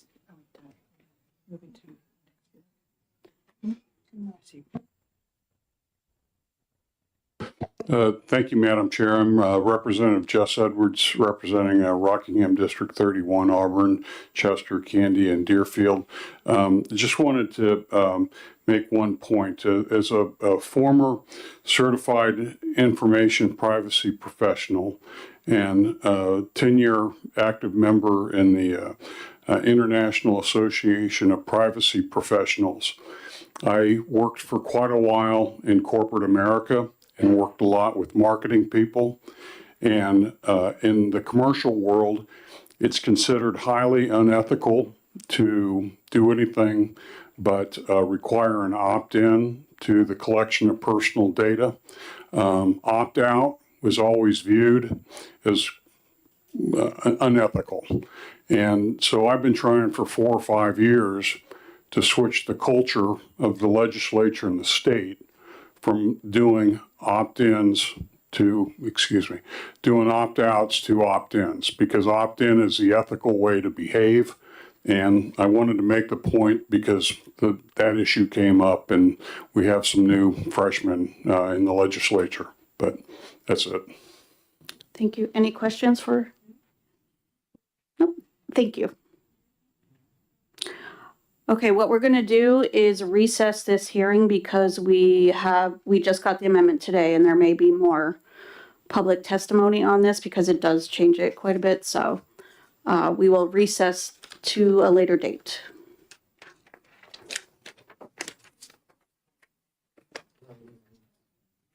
I'm going to go into the next hearing. HB 415. Removing requirements that schools provide menstrual products in restrooms. And I welcome the prime sponsor, Representative Peternell. Welcome back to education. Thank you very much, our Chairwoman Noble. It's a pleasure to be back in this room. For the record, I am Representative Katie Peternell, Carroll District 6, the towns of Wolfboro and Tuftonboro. I am here to present House Bill 415 FN, which is repealing RSA 189-16-A because it is an unfunded mandate. So according to the New Hampshire Constitution, Part 1, Article 28A states that the states shall not mandate or assign any new, expanded, or modified programs or responsibilities to any political subdivision in such a way as to necessitate additional local expenditures by the political subdivision unless such programs or responsibilities are fully funded by the state or unless such programs or responsibilities are approved for funding by a vote of the local legislative body of the political subdivision.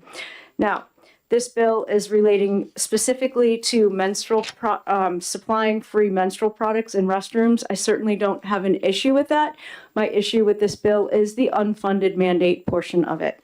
So if you were possibly looking to amend the current statute in 18916A, Roman numeral 1, it says the school district shall, you could strike that and create a may in there.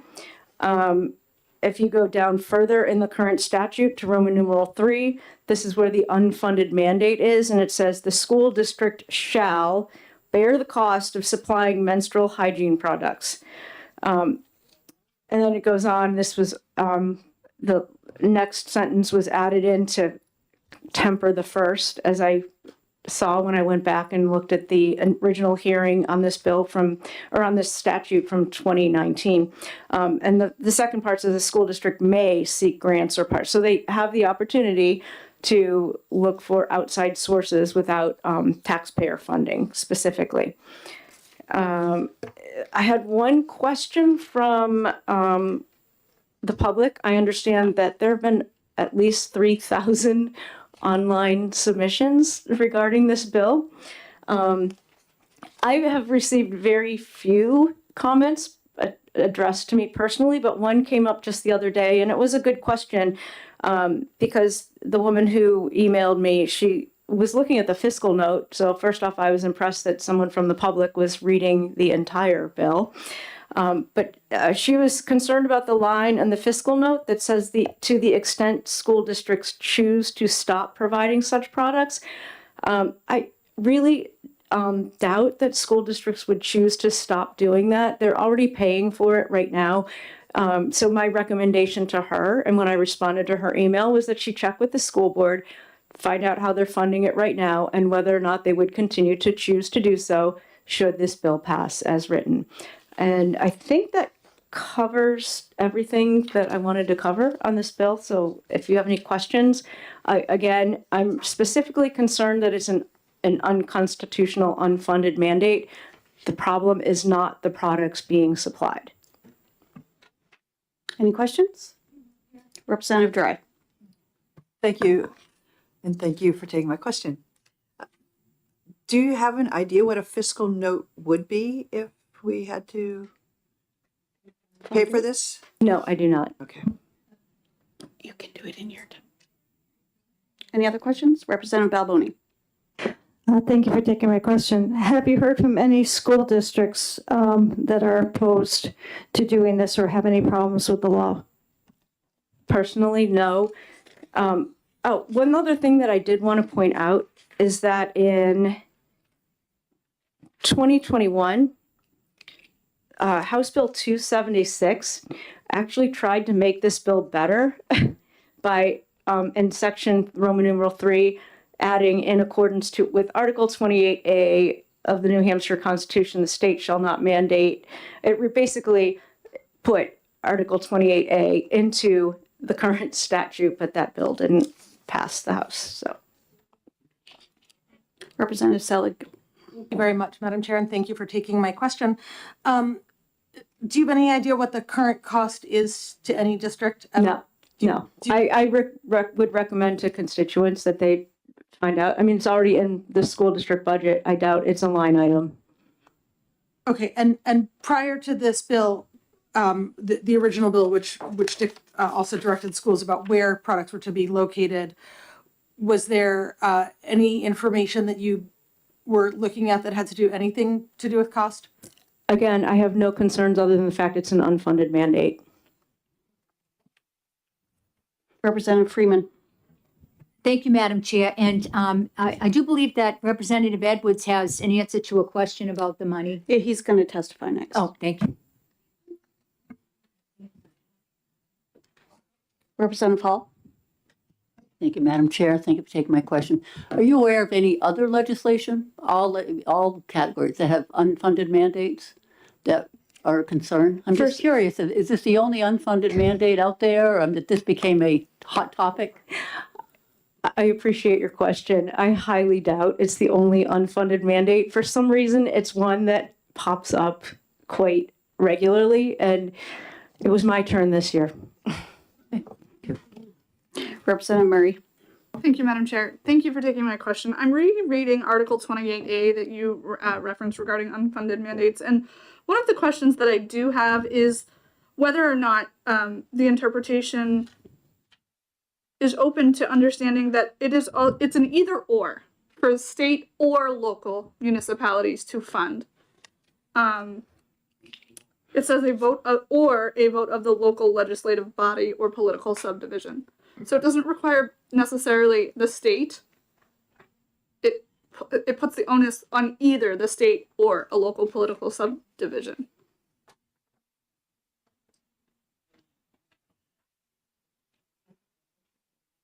Well, if the state mandated this, they didn't necessarily have to take a vote at the school board on funding this, or the town did not necessarily have to take a vote on funding this. Oops, sorry. Yes. Thank you. So my question though was, it does say or the local, does it not? Yes, but I would suggest that over the course of time, this has been pointed out quite regularly as an unfunded mandate. Representative Woodcock. Thank you. I just want to follow up. Welcome back, by the way. Oh, it's so good to see you, Representative It's a pleasure Woodcock. to see you. Okay. I was noticing, you said I was going to follow up Representative Hall's question, but she must have seen my notes. This is 6 years.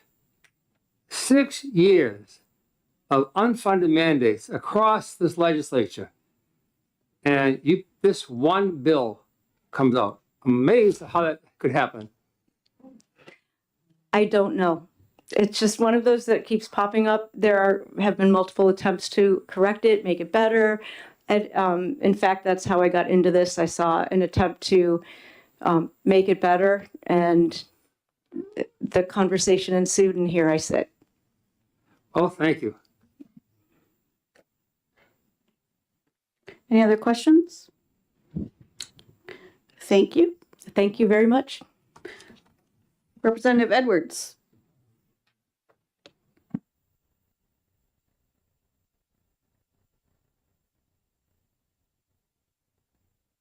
Thank you, Madam Chair. I'm Representative Jess Edwards, representing Rockingham District 31, Auburn, Candia, Chester, and Deerfield. I'm here today as a co-sponsor of this bill. Initially, I was sponsoring my own bill, and I pulled it when I found out that this one was going forward. Why was I sponsoring my bill? Well, I go to my school board periodically before bills are due, and I say, I'm here to help. What would you like me to do to make things better? And this time around, they gave me 4 action items. We talked about one of them just being impractical, so they dropped it. They gave me 3 others, and this was one of them. Principal Lori Collins wanted to be here today to tell you directly her request to remove this requirement from law. She said that in all her years as an educator, this was never an issue, would never be an issue, and that it's offensive in a way to expect people that we entrust the education of our children to be too stupid to understand that our kids need this service in the schools. And in fact, this service has been in the schools for probably as long as there's been commercial feminine hygiene products. So she did testify on a similar bill last term and made the request to remove this as a compliance issue. It actually passed the Education Committee, passed the House, went over to the Senate. Senate committee killed it. Thought we were going to get it passed. So the reason this keeps coming up is because when it went into law, it seemed to intentionally want to stick its finger in the eye of the New Hampshire Constitution. You can't read it any more clear that the school district shall bear the cost of supplying the products. That's both in one short sentence, a mandate from the state, and in the same sentence, a prohibition of the state paying for it. This is just offensive. And all of us have taken an oath to defend the New Hampshire Constitution. So this is actually a very simple bill for us to fix. It shouldn't have to come up every year. Should have been taken care of a long time ago. Now, there are a couple of ways, as the previous bill sponsor said, to fix this, is to remove the mandate to say may instead of shall provide, or just strike this sentence, because this sentence is offensive. The school district shall bear the cost of supplying menstrual hygiene products. I have previously submitted a bill, back to the cost issue, I've submitted a bill in prior terms to actually have the state pay for it. Because this is a good thing to have for our girls, perfectly great thing to have. But if we're going to have a mandate, we have an obligation, a duty to pay for it. So there was a fiscal note on that bill. And I think for the entire bill, I'm going from memory, it was about $550,000 a year for the state. That's in the historical record. We could pull it up. We can see what the old fiscal note was. So I think the time has come is just to clean this up, do something appropriate with it, get the unfunded mandate out of there, and let's do this. Let's agree that there are other unfunded mandates, and let's make it a passion of ours to get rid of all of them. You can do that one step at a time. This step is teed up for this committee to just knock it out of the park, clean it up, and then identify the next one, and we'll fix it too. That's it. I'll take questions if there are any. Any questions? Representative Woodcock. Madam Chair. Representative, the first question, who was the administrator you were quoting initially? What school? The Auburn Village School in Auburn, New Hampshire. The principal is still Lori Collins. She made the request in the presence of the entire school board. It was a school board meeting. Yeah, and I just didn't know what school that was. What was the grade level on that school? That is K through 8. Okay. May I follow up with my main question? Sure. Thank you for that information, by the way. You made the statement that the purpose of that was like I think you said stick a finger in the eye of the New Hampshire Constitution. Yes, that's my perception of why that sentence was crafted so specifically. Why only a tiny little sentence, both establish a mandate and say we're not going to pay for it. So you're not, I just want to be clear on this, you're not referring to the intent of the bill, but rather the funding of the bill. I'm want to talking. mix those two up. I'm a finance guy. I'm a constitutional guy. I'm dealing, and I'm also a healthcare guy. So the purpose of providing the products is absolutely legit. It's been legit for as long as we've had girls going to public schools. The issue to me is a constitutional one. This is just a clear violation that makes no sense for us to leave it so obvious, and a finance one. Somebody's going to pay for it. Okay. Thank you. I just do want, if I may, it's just commentary. I just want to make sure we weren't talking about the intent of the bill and not rather the funding of the bill. I'm only talking about the funding. Okay, thanks a lot. Yes, sir. Any other questions? I just want to say again, because I've testified on a similar bill like this in the past, and it's like the opposition can't hear me. They keep pretending or reacting to the fact that I may be talking about the product itself. I'm not. This is purely a constitutional issue. Let's clean up the language of the bill. Any other questions? Seeing none? Thank you.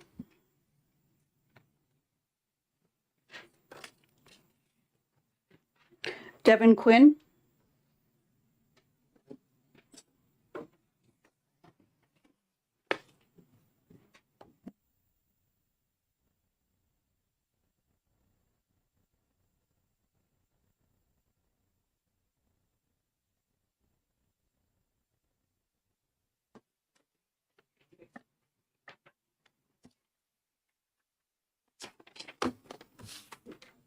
Hi, members of the committee. My name is Devin Quinn. I'm from the New Hampshire Women's Foundation. We are opposed to this bill. I I want to start off with a little bit of background. I know that Representative Edwards just gave that, but I'll add a little bit more. I know many of you have heard this before, so bear with me for the record or for any of you who are new. And then I want to just go over a couple of things. And for those who couldn't be here, who I'm passing around letters, I wanted to pull out a one line or two, but I'll try to be as quick as possible. This bill first came up in 2019. It was the idea of a young woman in high school in Rochester, Caroline Dillon. She worked with then Senator Martha Hennessy to come up with this bill. It was a really wonderful moment for New Hampshire. It was covered in a lot of papers talking about Caroline's advocacy and bravery to talk about what is considered a very stigmatized thing, talking about menstruation and periods. It can feel stigmatized for adults to talk about it. So it's a really big deal, as you can imagine, for a student to come to hearings and talk to legislators about it. When Governor Sununu signed that bill in 2019, he said this legislation is about equality and dignity. SB 142 will help ensure young women in New Hampshire public schools will have the freedom to learn without disruption and free of shame or fear of stigma. Since then, about half of all states have passed similar bills, including Virginia in 2020 and Alabama and Utah in 2022. No states have repealed their bill. And in a recent 2024 poll, 77% of people agree that menstrual products should be supplied in schools. As was mentioned, over 1,400 people signed in opposition to this bill, which is notable for me, I believe, in a bill like this. And I just wanted to go over some of the issues we hear every year in attempts to repeal or water down this bill. And particularly from students, we've heard last biennium, we heard from Alex Can, and you're going to hear from Abby today. So this is most meaningful when students show up, something they care about a lot. Some arguments that we have heard, and you've already heard, of that it's too expensive for schools. I certainly understand that schools have a tough time paying for everything. That certainly is, I feel for schools trying to make it all work. But I have a letter that I've passed around here from a retired dean of students from Pinkerton Academy, which for this Laws public school, Sue Tartarella, says, as a former New Hampshire administrator, I wish to express my concerns regarding HB 14 and releasing public middle and high schools from providing menstrual products in girls and gender-neutral bathrooms. And HB 415 presents a serious negative consequences for young women in New Hampshire schools. About the financial burden, she says, state leaders supporting 415 argue that this provision places a financial burden on school districts. As a former high school administrator, I found the implementation of the law to be seamless. I added the purchase of menstrual hygiene products to my school's operating budget, along with toilet paper, tissues, hand sanitizer, etc., and menstrual products became a routine part of the school's annual supplies order. Continued support for the law ensures all students have equal access to essential hygiene supplies, which can reduce missed school time while improving overall well-being and security.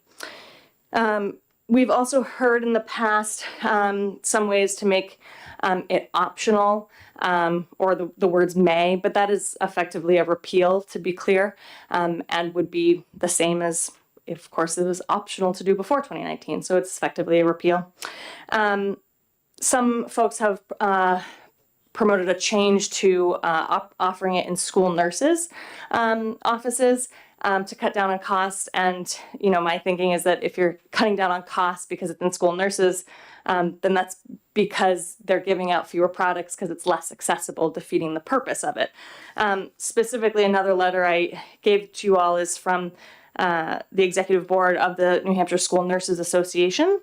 They are opposed to this bill, and they say prior to the law being passed in 2019, many school nurses were already placing hygiene products in bathrooms in many schools.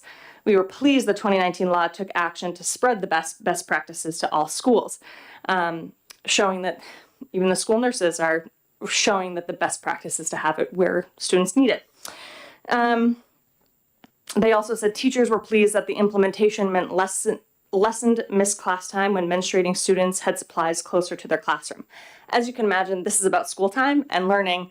And if you can imagine being a girl in middle school or high school and leaving math class to go to the bathroom, your teacher expects you back in a few minutes time. But if you have to go to the bathroom, need a menstrual product, and we all know that if you've had a period, you've been surprised by a period in your life, and if you have to then go to the school nurse's office, which is a place you have to publicly out loud say what you need, that's a good reason not to go. Come back to the bathroom, then return back to class. That's a long amount of time. You're missing school. This is interrupting school instruction, and your teacher might ask you why you've been gone so long. These are really uncomfortable things that we can really avoid by keeping this law in place. Lastly, there have been concerns about misuse. Students playing with these products or shoving them in toilets, and the school nurses talk about this as well. They say while the issue of vandalism at first was an issue in middle schools, it did calm down. Misbehavior in a bathroom is not a new issue in middle schools. For example, if a student clogs a toilet with paper towels, we do not take paper towels away. We address the behavior. We've heard multiple examples of if a student throws food in a cafeteria, do you take away food for the whole school? No, it's not a supply issue, it's a behavior issue. And I feel for administrators and teachers trying to deal with all these issues, but this isn't a supply issue. Finally, I just want to close with another voice of a student who could not be here. Her name is Hannah, and she attended Laconia High School from 2018 to 2022. You have this letter as well. She says it's important to have accessible menstrual products in New Hampshire middle and high schools because it helps build a safe and comfortable environment for students. Having products in bathrooms makes it easily available to everyone who needs it without singling students out. While I know how to work to destigmatize the conversation around periods and know it's nothing to be ashamed of because it's a natural bodily function, middle and high schoolers do feel ashamed of needing menstrual products. Having to go to the nurse can be embarrassing and turn students away from asking for help, which only ends up harming them. Females at any age should not be ashamed of needing basic hygiene products, and that's what we were taught from a young age. And menstrual products need to be discussed and accessible to everyone. So I wanted to add her voice as well. I'm happy to take any questions. Any questions? Representative Selig. Thank you so much. Ms. Quinn, I know that the Women's Foundation has done work looking at poverty as it impacts girls in particular across the state. What's the impact of poverty on menstruating girls in schools, and how does that impact their ability to be successful? Thanks for the question. So we know that girls or young women who don't have access to menstrual hygiene products at home to bring to school with them, they often choose not to go to school. They'll skip school, they'll skip class. That could be days of school missed or periods of time. We know that not all students have friends that they can ask for products. This is about missed class time. And someone also at one point said students might be stealing these products. And I would say that you can't steal something that's free. And if you saw a student that was, taking a roll of toilet paper and putting it in his bag to go home, you wouldn't say he's stealing toilet paper. You'd say, wow, what's going on at home? How come he doesn't have access to toilet paper? So really, if anyone is needing menstrual products, it's folks who don't have access to bring them into school themselves. I'd also point out, this might seem obvious to those of you who have ever menstruated, but for those who haven't, products are very different. There are, just like toilet paper or paper towels, maybe at home you buy a nicer type of paper towel or toilet paper. The schools obviously are buying the cheaper versions of that. They're also buying the cheaper versions of menstrual products. So girls and young women aren't preferring to use those products. If they have them on them, they want to use their own products. This is really about needing those products in those bathrooms at that moment. Thanks. Any other questions? Seeing none, thank you. Thanks for your time. Can't read that.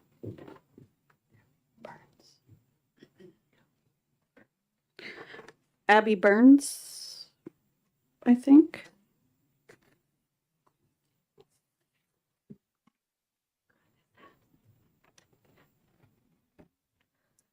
Hello, my name is Abigail Banner, and I'm in 7th grade. I go to a private school and they do not provide menstrual products. In my school, I cannot carry a backpack or bag with me to my classes. I keep supplies I need in my locker, which is a long distance away from the bathrooms. There is no way to easily get a pad or tampon from my locker to the bathroom without a plan. They aren't provided in the bathroom, like I said before, and my school monitors students outside the class very closely, keeping track of the time you spend outside of class. They have cameras outside the bathrooms watching who goes in and who comes out. It would be more convenient if they were already in there for me, so I had what I needed when I needed them. There was once this time when I had to use the bathroom just to find out that I started my cycle. I didn't have much time, but I thought through my options. It was getting close to the end of class, so I had about 3 minutes maximum to do something. On one hand, I could go down 2 flights of stairs to my locker, grab a pad, go back upstairs and use it, which used more time than I had. Or I could use toilet paper and wait until lunch, which was next block. I chose the latter. After class was dismissed, I went back to my locker, I snuck a pad into my skirt pocket, and made a beeline for the cafeteria bathrooms. It was a stressful moment, and not the first time I'd use a substitute for a pad. My school doesn't have a full-time nurse. Our equivalent is the front desk, which has its own specific pass and is located in a different section of the school building, making it a hassle to go to. I could ask my friends for help, but since there's so much taboo and shame when it comes to talking about periods openly, it would require an entire well-thought-out plan to not get caught by a suspicious teacher. The repeal of this bill might not affect me the same way as my public school peers, but I do know what it would be like for them. Thank you. Any questions? Seeing none, oh. Thank you so much for coming forward and speaking.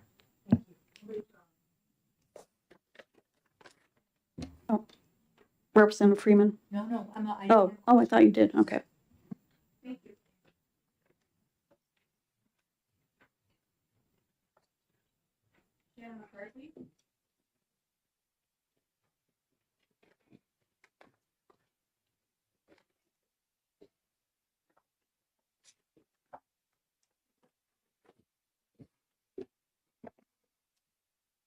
Good afternoon, Madam Chair and members of the House Education Policy and Administration Committee. I hope I do as good a job as the last person did. That was great.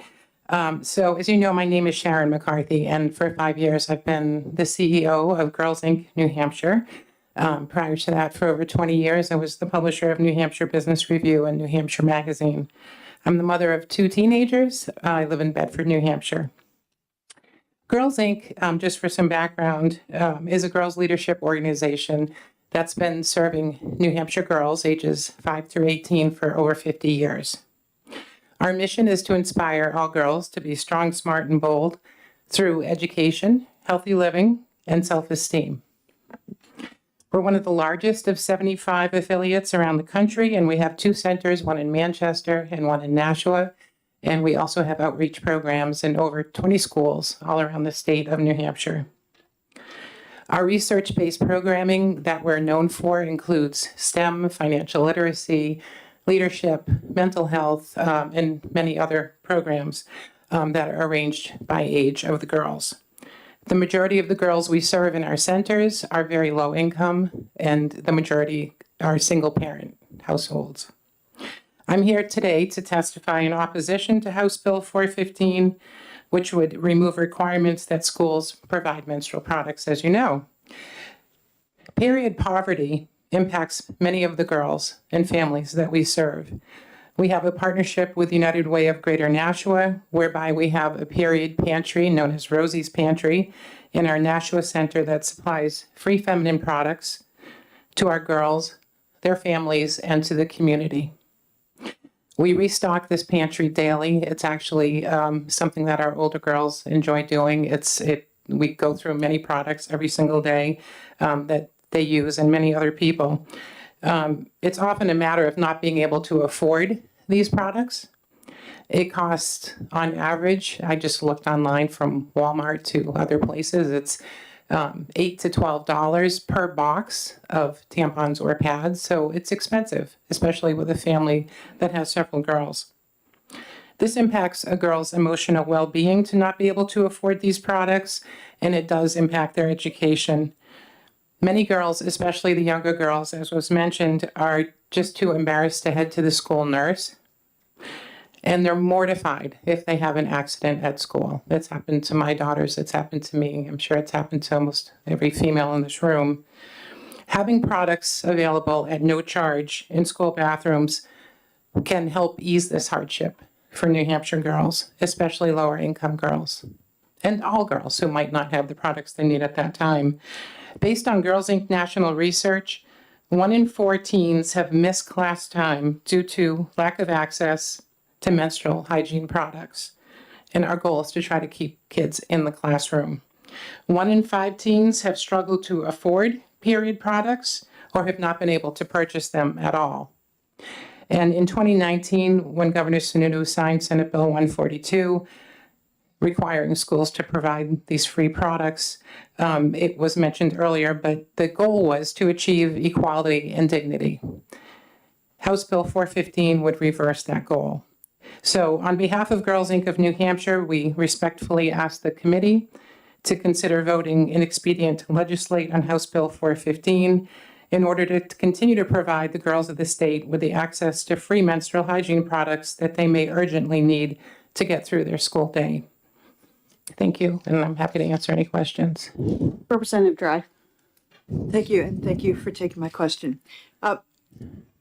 If this is going on now, where it's mandated but not funded by the state, but it is a successful product, why does it need a law to keep going?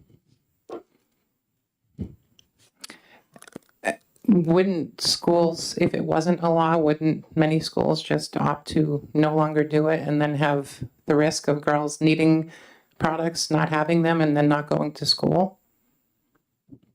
I hope I'm understanding your question properly. Thank you. I think we're understanding each other slightly. But I guess my question is, they are doing it now. They're not being funded. Why would they not do it when they're not being funded and there's no law? I think they've realized maybe we've all heard yes. how good it is. Absolutely, yes. Why not just continue the way that we're going? Exactly. But without having an unfunded mandate behind it. It seems like something that's been in place for quite some time and is, I think it's been an accepted policy with probably very few exceptions in schools because it's a needed way for girls to be able to get through the day if they need those products. I do not have the cost of what it is for a school, but I can't imagine that it is blowing away their expense line. Representative Murray. Thank you, Madam Chair, and thank you for taking my question. Forgive me, and it may not have been you, but wasn't there just testimony regarding the fact that supplies, just like many other school supplies, was worked into an operating budget in many times, and so they are funded to some in some instances? Through the school, through the individual schools, my understanding is that it's a line item in existing schools, and that's been in place. Thank you. Representative Freeman. Thank you, Madam Chair, and thank you for taking my question. I'm very familiar with Girls Inc. I lived in Manchester for 27 years and was on the school board for 4, so I do know the great work that it does. But do you know if the Manchester or the Nashua School District would stop supplying these products with the passage of this bill? Do you have any inside information on that? I do not know the answer to that question. May I, Madam Chair? I also wanted to, this is more of a statement than a question, but I do know that Manchester has independently been supplying those items for years without any state intervention. I'm not sure about Nashua. So I tend to believe that Manchester would definitely not stop supplying those products to those girls with the passage of this bill. So, if you do know that Manchester and Nashua is going to stop giving those products out to the girls because of the passages of this bill, I think you should alert this committee. Thank you. Thank you. Representative Selig. Thank you so much, and thank you for taking my question. I know your organization works with younger girls as well, and it's my understanding, and you may not be the one who has the answer to this, but is that we're seeing an increase in girls beginning to menstruate much younger than even my 11-year-old self was, which means that we're now seeing needs for these products even in elementary schools for like third graders and fourth graders.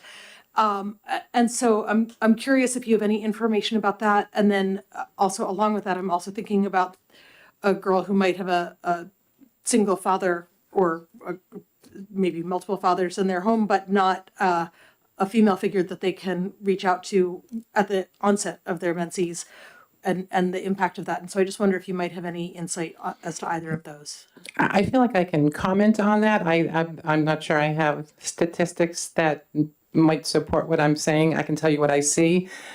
So many girls start their period at Girls Inc. and so many of them are very, very young. And we tend to be the people they talk to about that.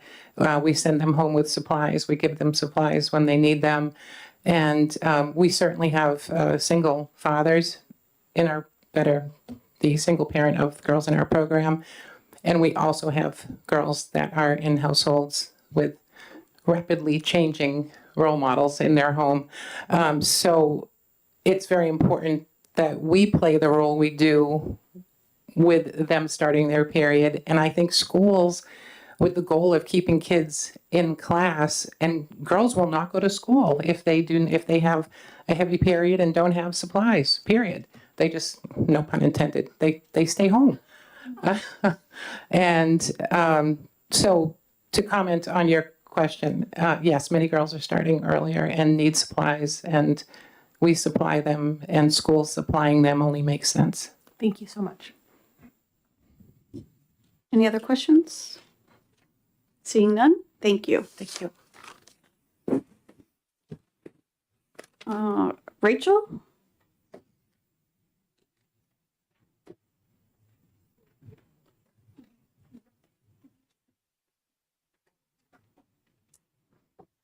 Good afternoon, Madam Chair and members of the committee. My name is Rachel Glansberg. I'm a student over at Dartmouth, and I serve on the Youth Advisory Council of the organization Period. And briefly, I just wanted to share an additional student perspective as to just how important it is to uphold this bill. Menstrual products are just as essential as toilet paper, soap, and paper towels in school restrooms. Menstruation is a natural biological process experienced by more than half the population for a significant portion of their lives. Denying access to these products stigmatizes menstruation and perpetuates gender inequality. Now, when I was in high school just a few short months ago, I saw firsthand how the lack of access to menstrual products impacted my peers. Many students had to leave class to search for a product, often feeling embarrassed or ashamed to ask for help. Some even missed school entirely because their families simply couldn't afford these basic necessities. Witnessing this inequity motivated me to take action, and back in New Jersey, I worked with my school administration and student groups to ensure that menstrual products were freely available in our restrooms. This initiative not only reduced the stigma surrounding periods, but also created a more supportive environment where students could focus on learning instead of worrying about their next pad or tampon. Now, inspired by the impact this project had within my own school, I advocated for New Jersey's version of this bill, Bill S-1221, which provided free menstrual products in our restrooms, and the positive impact of this program was absolutely undeniable.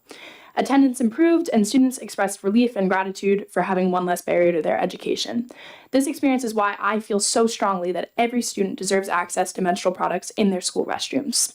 In speaking with the students of New Hampshire, I know that RSA 18916A is similarly critical in allowing students to thrive in and out of the classroom. Again, period poverty affects 1 in 4 students nationwide, a figure that has worsened due to the COVID-19 pandemic. According to the 2023 State of the Period study by Period and Thanks, nearly 23% of menstruating students have struggled to afford menstrual products. This lack of access has significant consequences for students. Many miss class time or even entire school days because they don't have the resources to manage their periods. These absences hinder academic performance and increase the risk of long-term social and economic disadvantages. Without access to proper products, students may resort to unsafe alternatives or use products for longer than recommended, which increases their risk of infections and other health complications. Furthermore, the stigma and embarrassment associated with lacking menstrual products takes a heavy emotional toll, leading to feelings of shame, anxiety, and isolation. Repealing RSA 189-16A would send a message that menstruating students' needs are secondary, exacerbating period poverty and educational disparities. It would place undue burdens on students and their families, forcing some to choose between attending school and managing their periods. Again, any bill that prioritizes the health, dignity, and education of all students is of the utmost importance. So any changes, amendments, whatever it needs that need to be made, the most important thing of all is that we're getting these students the dignity they deserve. That's all. Thank you. Thank you. Any questions? Representative Selig. Super quickly, thank you so much for your testimony. Could you just email that to the committee? Absolutely, will do. Any other questions? No, thank you. Thank you. Mike? Are you gonna try? Wait, what is it? Not a problem. Mike Appleberg with United Way. Bad handwriting and all. I'm the president of United Way of Greater Nashua, and she had to leave, I see, but I wanted to also just acknowledge Abigail for coming and giving testimony today. I think that was pretty wonderful to see a young person doing that. Just a sidebar, Representative Selig, you asked a question about the age of menstruating students. I know personally from experience of talking with school nurses in the Nashua School District that they're typically seeing third and fourth graders at this point. So even though this law only applies to middle school and high school level, gosh, don't we wish it was actually expanded to include all school levels and was going in the other direction altogether. Just a couple of additional points that haven't been made. I've come up with a list of 5 different points for why we believe that it's important to oppose HB 415. First of all, basic needs should never be a barrier to success. Menstrual hygiene products are essential for students to feel confident and prepared during the school day. Without access to these items, students feel unnecessary challenges that interfere with their ability to focus on their learning. I'm going to say personally, I have a daughter who happens to be a guidance counselor in one of Nashua's middle schools. And so we have interesting conversations around the dinner table, as you might imagine, which include all manner of student behavior. One of those is that she will absolutely acknowledge that she has children, girls, who will not come to school because they are having their period, or they're surprised by their period, or they do not have access to the products because they can't afford them. One point that has not been made yet today is that these products are not covered by any of the social safety net programs like food stamps or WIC. So these are out-of-pocket expenses that have to be borne by the families and are quite expensive. Ensuring fairness for all students. Current law ensures that no student is at a disadvantage because of their financial circumstances. Removing this requirement would disproportionately affect those who are already struggling. That creates an uneven playing field in our schools. I think that's something we would all acknowledge we do not want. Supporting health and wellness. The speaker, Abigail, mentioned making some unhealthy, unsafe decisions about using toilet paper in lieu of a pad. When students lack access to menstrual products, they may resort to unsafe alternatives or prolong the use of a single product, which can lead to health issues such as infections. I think we all are aware of that. This law ensures that students can manage their personal health needs safely, without dignity, and without stigma. And, lastly, I would say that the cost has been brought up several times. I think the Representative Edwards stated that the reason for this particular legislation is to get rid of an unfunded mandate. I think the funding involved is really, fairly minimal in the large scheme of things. And especially when you compare it to the benefits of improved attendance, participation, and overall well-being. So we at United Way would absolutely encourage you to vote this inexpedient to legislate and to support the current law. And I have written testimony that I'll share with you, but I'll also take any questions if you might have any. Thank you. Any questions? Seeing none, thank you. Thank you for your time. I really appreciate it. Is there anyone else looking to testify on this bill? Okay, we're going to close the hearing on HB 415. We'll have to take a little bit of a break so we can find our missing member before we start execing.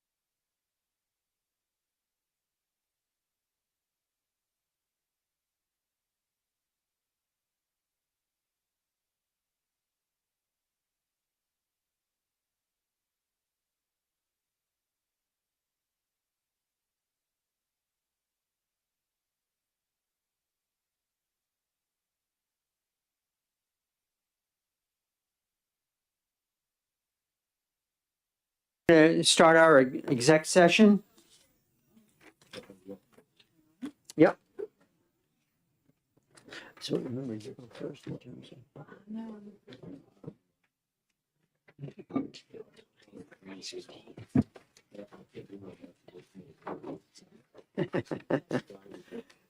That's why I went to get gavel.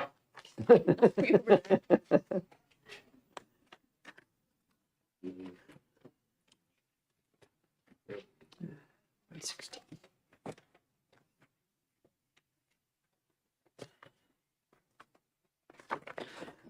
Okay, I think we have a couple of bills we want to take care of this afternoon.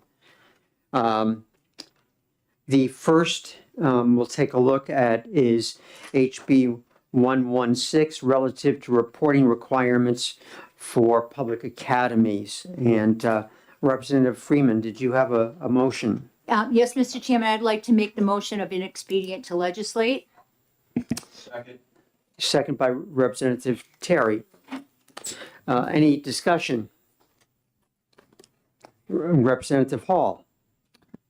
Yes, I just want to make reference to, I agree with the motion, actually. And I would like to make reference to Cole Brown. We only heard from Pinkerton that day. And Cole Brown, I spoke with them yesterday. They sent us this letter and basically saying, you know what, we don't get any state funding, no adequacy funding, no special ed funding, no CTE funding, no building aid. They asked for a grant, the DOE said no.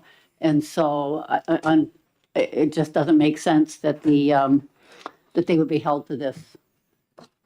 Thank you. Thank you. Any further comments from anybody on the committee? Seeing none. Oh, yes, I'm sorry, Representative Selig. Thank you.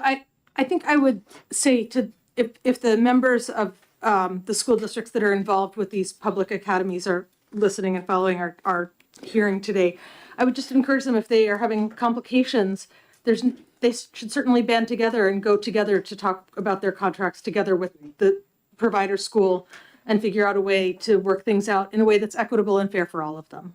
Right. Yes, I think I would agree that it sounds like it's a solution that is probably workable if everyone sits down together. I think format is something that we've taken care of for quite a number of decades. So I think it's a solvable problem without state legislation at this point. Representative Hall. Thank you, Mr. Chair. And just to follow up, Cole Brown did say with their towns that send all those kids, their contract stipulates on what information they get, and it's a perfectly well-oiled machine. So works for them. Thank you. Anything further? Seeing nothing, Madam Clerk, could you take the roll? Vice Chairman Noble. Yes. Representative Terry. Yes. Representative Dry, yes. Representative Freeman. Yes. Representative Litchfield. Yes. Representative Tenzar. Yes. Representative Morse. Yes. Representative Nato. Yes. Representative Cornell. Yes. Representative Murray. Yes. Representative Woodcock. Yes. Yes. Representative Hall. Yes. Representative Balboni. Yes. Representative Selig. Yes. Representative Kluger. Yes. Representative Snodgrass. Yes. Chairman Cordelli. Yes. 17 yeas, no nays, 1 non-voting.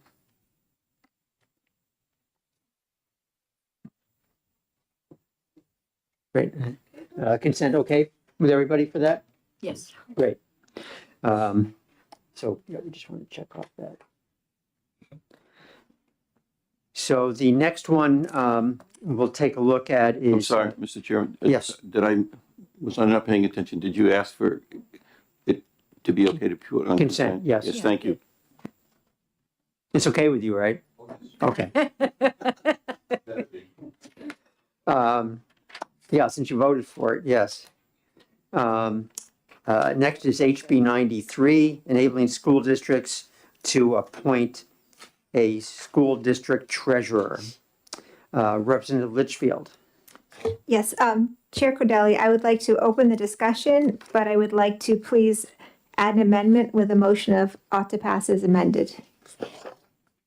Okay, so, so the motion on the floor is ought to pass, and you want to have an amendment that you're passing around?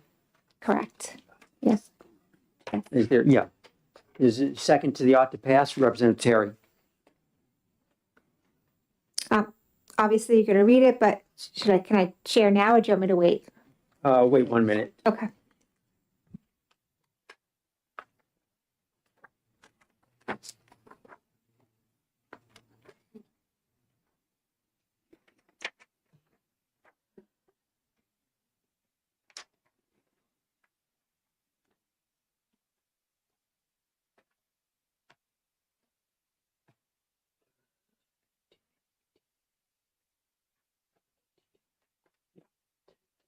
You don't have to do the vote.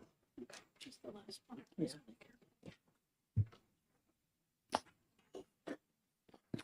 I think everyone has it. Representative, if you want to go over the amendment? Thank you.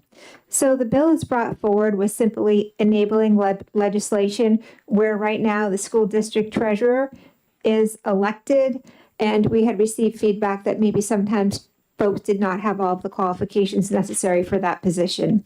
This amendment that I'm putting forward is just to set the bar a little bit higher when we go, and this warrant article is brought forward to change the position from an elected position to an appointed position. I just want to make sure that the voters are informed of the gravity of the decision and just change it to a 3/5 vote.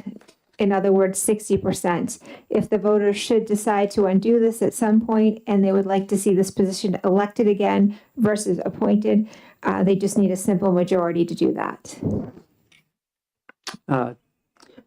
Thank you. Is there a second to her amendment on the amendment? Her motion on the amendment? Representative Morse. Second. Thank you. Representative? Yes. So as it stands right now, the school districts elect, they'll elect their treasurer, right? If they don't have someone that's on the ballot or if the person leaves, then they appoint them. So the legislation that was brought forward was to put a warrant article forward if a town so desires, and instead of having the treasurer elected, then the treasurer would be appointed from then on. I just don't necessarily agree with taking away that right from the voters. They currently can vote on it. So my feeling was, what if we compromise and we just set the bar a little bit higher?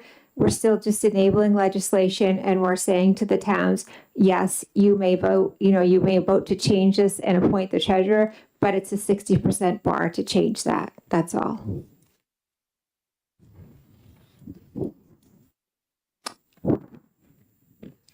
Representative Woodcock. Thank you, Mr. Chair. There's a question if I may. Any other ballot on the warrant article, does that, that's on an article for normal spring warrant, does it have a 60% requirement or just have a majority? I was gonna say off the top of my head, I only know bonds. I'm not sure about other things. I mean, maybe, Mr. Chair? I'm just Is this a concerned- rhetorical question, I'm just Representative concerned that Woodcock? We've created, I'm just concerned we created a bar. Everywhere else we use 50% for election, 51 or whatever the game is, but 60% is a heck of a number, pretty restrictive. I just wonder why it wouldn't just be, leave it as it is, a majority vote. So, That's all. just speaking for me, it just makes me very uncomfortable to take a position that is elected. And I feel as though we're almost taking away that say from the voters. And we're going to make it an appointed position. So I just felt that this was fair. Thank you. Thank you, Mr. Chair. Representative Murray? Thank you, Mr. Chair. Thank you for taking my question. I guess one part that I want to make sure I'm understanding with respect to the amendment of 0043H, the two changes that I see actually are the change of to a 3/5 requirement on the warrant article to pass.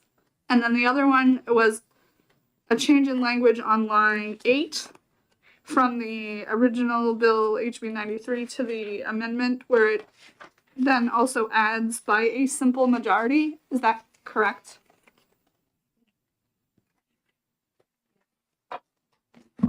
Yes.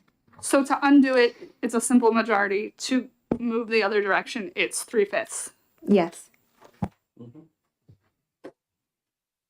Yes, Representative Cornell. I'm not all that familiar with warrant articles in Manchester. We don't have them. So is that 3/5 of people voting on that day or 3/5 of the entire eligible to vote? Whoever shows up. Thank you. Yes, sure. And then just a simple majority of the district board? Or is that, I'm still wanting to make sure I'm understanding line 8.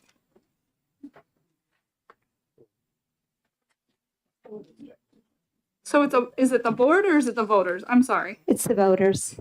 On line 8? It says any school district.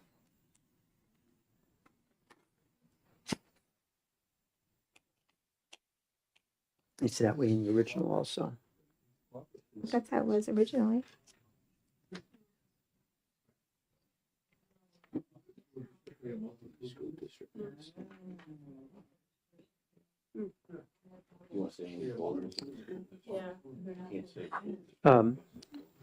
Well, how did it pass muster in? I'm sorry, is there a question? Okay, I did ask my question, just I wanted to make sure that I was clearly understanding. right.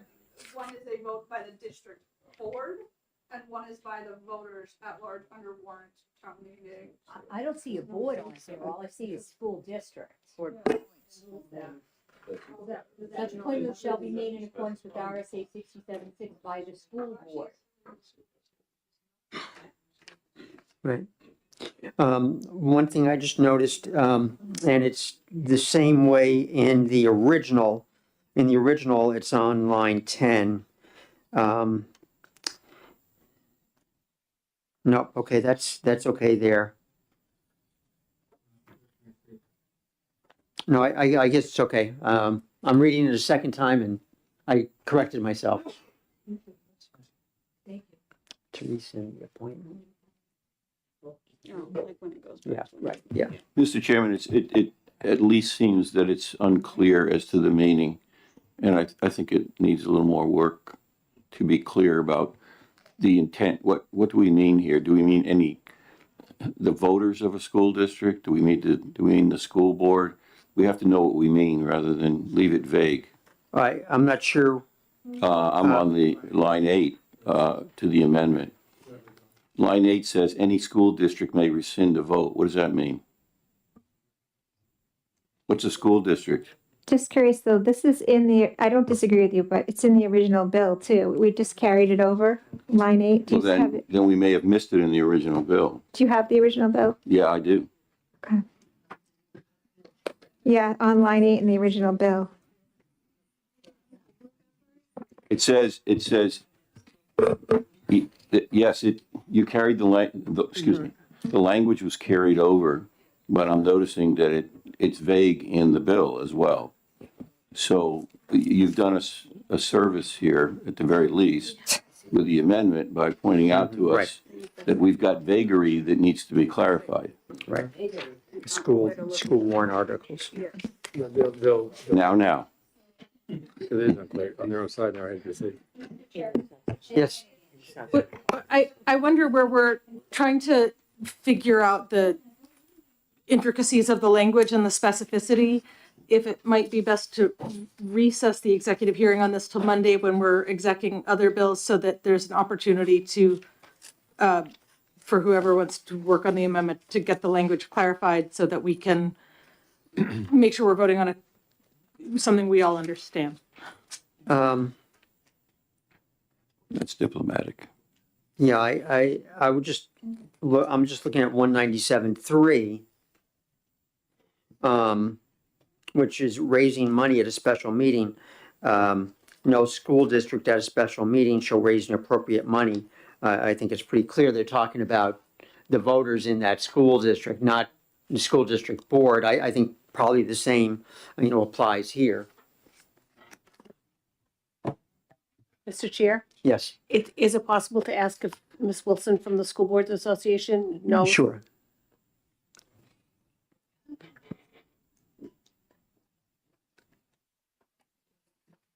Also, you have no attorney in the back. Jen? Good afternoon. Floyd, Sorry, I'm sure. still getting used to this new She's not furniture. researching. For the record, Becky Wilson from the New Hampshire School Boards Association. Are there specific questions? I will give you my 2-second assessment of this, which is, and I did just double check with Bear Christina, the majority of warrants are simple majority unless they involve finances or bonds, in which case they're 60%. Right. And there was a question about the language, any school district. My understanding is that would mean the voters of the school district. Thank you for the question. I think if there's question about the interpretation of that language, it may make sense to try to clarify what is actually intended with that. A school district is not necessarily a voting body. I mean, the members of the town that make up the school district would be the voters of the district, as opposed to the school district, which is its own entity per Right. se. It may make sense to try to clarify what the intention of that language really is. Yeah. In the original bill, if we look at section 2, the only amendment is the addition of an RSA, but the current statutory language says at each school district election, each school district, which is not a cooperative, shall elect, I think clearly talking about the voters in that school district. Same in the first line, any school district. Yeah. Right. Does Representative Hall? Thank you, Mr. Chair. I just have a question. So if the first sentence says any school district, which is not a cooperative school district, so it defines that. So now skip down to line 8 when it just says any school district. Is it an assumption that we're referring back to sentence number 1 in a case like that? It now doesn't say, which is not a cooperative school district. Is that a problem, or is that just understood to be, I don't see it as a problem. you don't see it? No. Does anyone see it as a problem? Thank you. What? Wouldn't hurt. Sure. May I be excused? Yes, you may. I'm sorry.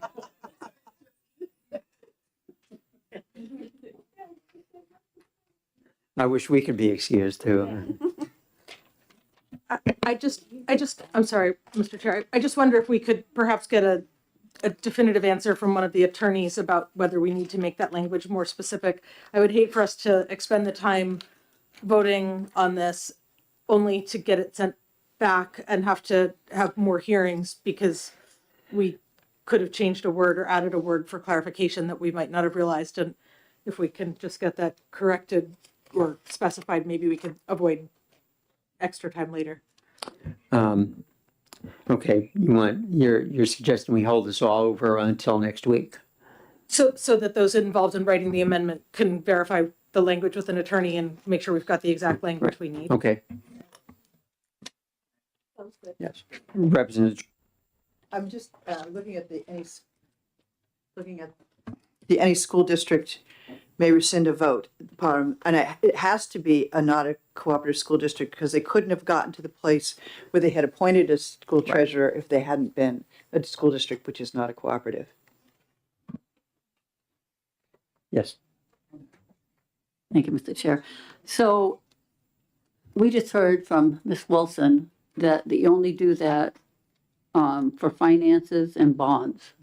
Is that an issue? I mean, are we concerned about that?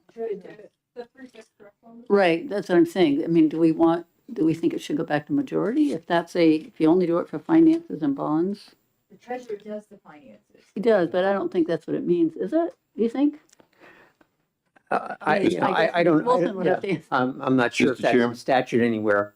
Yes, I was going to ask, although it may not be, it may not have ever been before, is it prohibited from being by statute?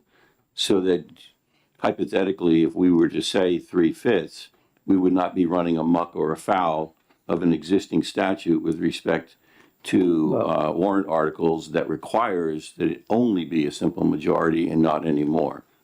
I don't know the answer to that question. Right. Yeah, Representative Woodcock? It's just a question to the chair. Yeah. Is it possible that OLS could give us an opinion on this?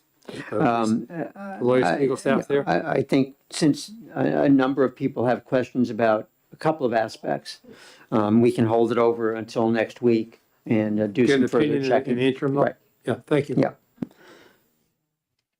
Is everybody okay with that? Representative Litchfield? Okay. That leaves HB 184, establishing a committee to study changing school start times. I think a number of us had questions about some of the language in the bill, and especially the duties section for the study committee, which seems to indicate that it's looking clearly for legislation out of the study committee. So I think that our preference would be to hold this over also so we could do some looking at that language that came up a couple of times during the hearing. And, we'll have some people work on what the committee shall actually do. Is that Representative Balboni? There also, the composition of the committee, I think was limited to just legislators. And if you are going to put together a committee that studies such a broad issue, it might need to be more inclusive. So I don't know if that's one of the things we could talk about. Yeah. Rosemary? Thank you, Mr. Chair. I just, point of order, I just want to make sure that the difference would be a commission if we're adding stakeholders and a committee if it's just legislative members, correct? Right. Yeah, I think that I would prefer to see it stay as a study committee. It gives us a little bit more flexibility. Commission, it's going to be hard to round up everybody and have this done by November 1st of this year. And I know that there is quite a backlog in trying to get people assigned to either a study committee or a commission. So I think that we'll have a better chance if we keep this as a committee and invite people in to provide input. And, we heard that a number of groups who had looked at this had access to studies and so forth already. So I think we can move it fairly quickly and make that November 1st date once we get it passed. So if it's all right, we'll hold these two until next week. And I don't think we need to make a motion. No. We have 2 days next week, a Monday and Wednesday. Monday will start at 10, 9:30 on Wednesday. There'll be a fairly full days, and there'll be notation in the calendar for each that, time permitting, we can exec bills previously heard. So, we'll just see which day we can fit them in and when we have language ready from OLS. Does that sound good with everybody? Yeah, we'll talk about that. Yeah. Great. Anything? Huh? Yeah, right. Yeah. And yeah, how could I forget? We're back here tomorrow. Right. Yes, 9:30 tomorrow, another full day. Oh, is it 10? Yes, right, I'm sorry. Just a reminder. 10 that- o'clock tomorrow. Yes. Just a reminder, right. we can stop by tomorrow downstairs to get your photos taken for your IDs between 8 and 9:30. Okay.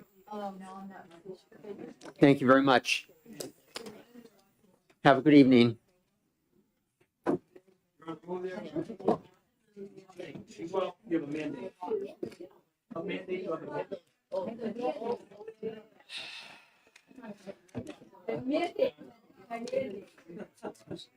That works because I told Alexander, I thought we were holding it over till next week anyway.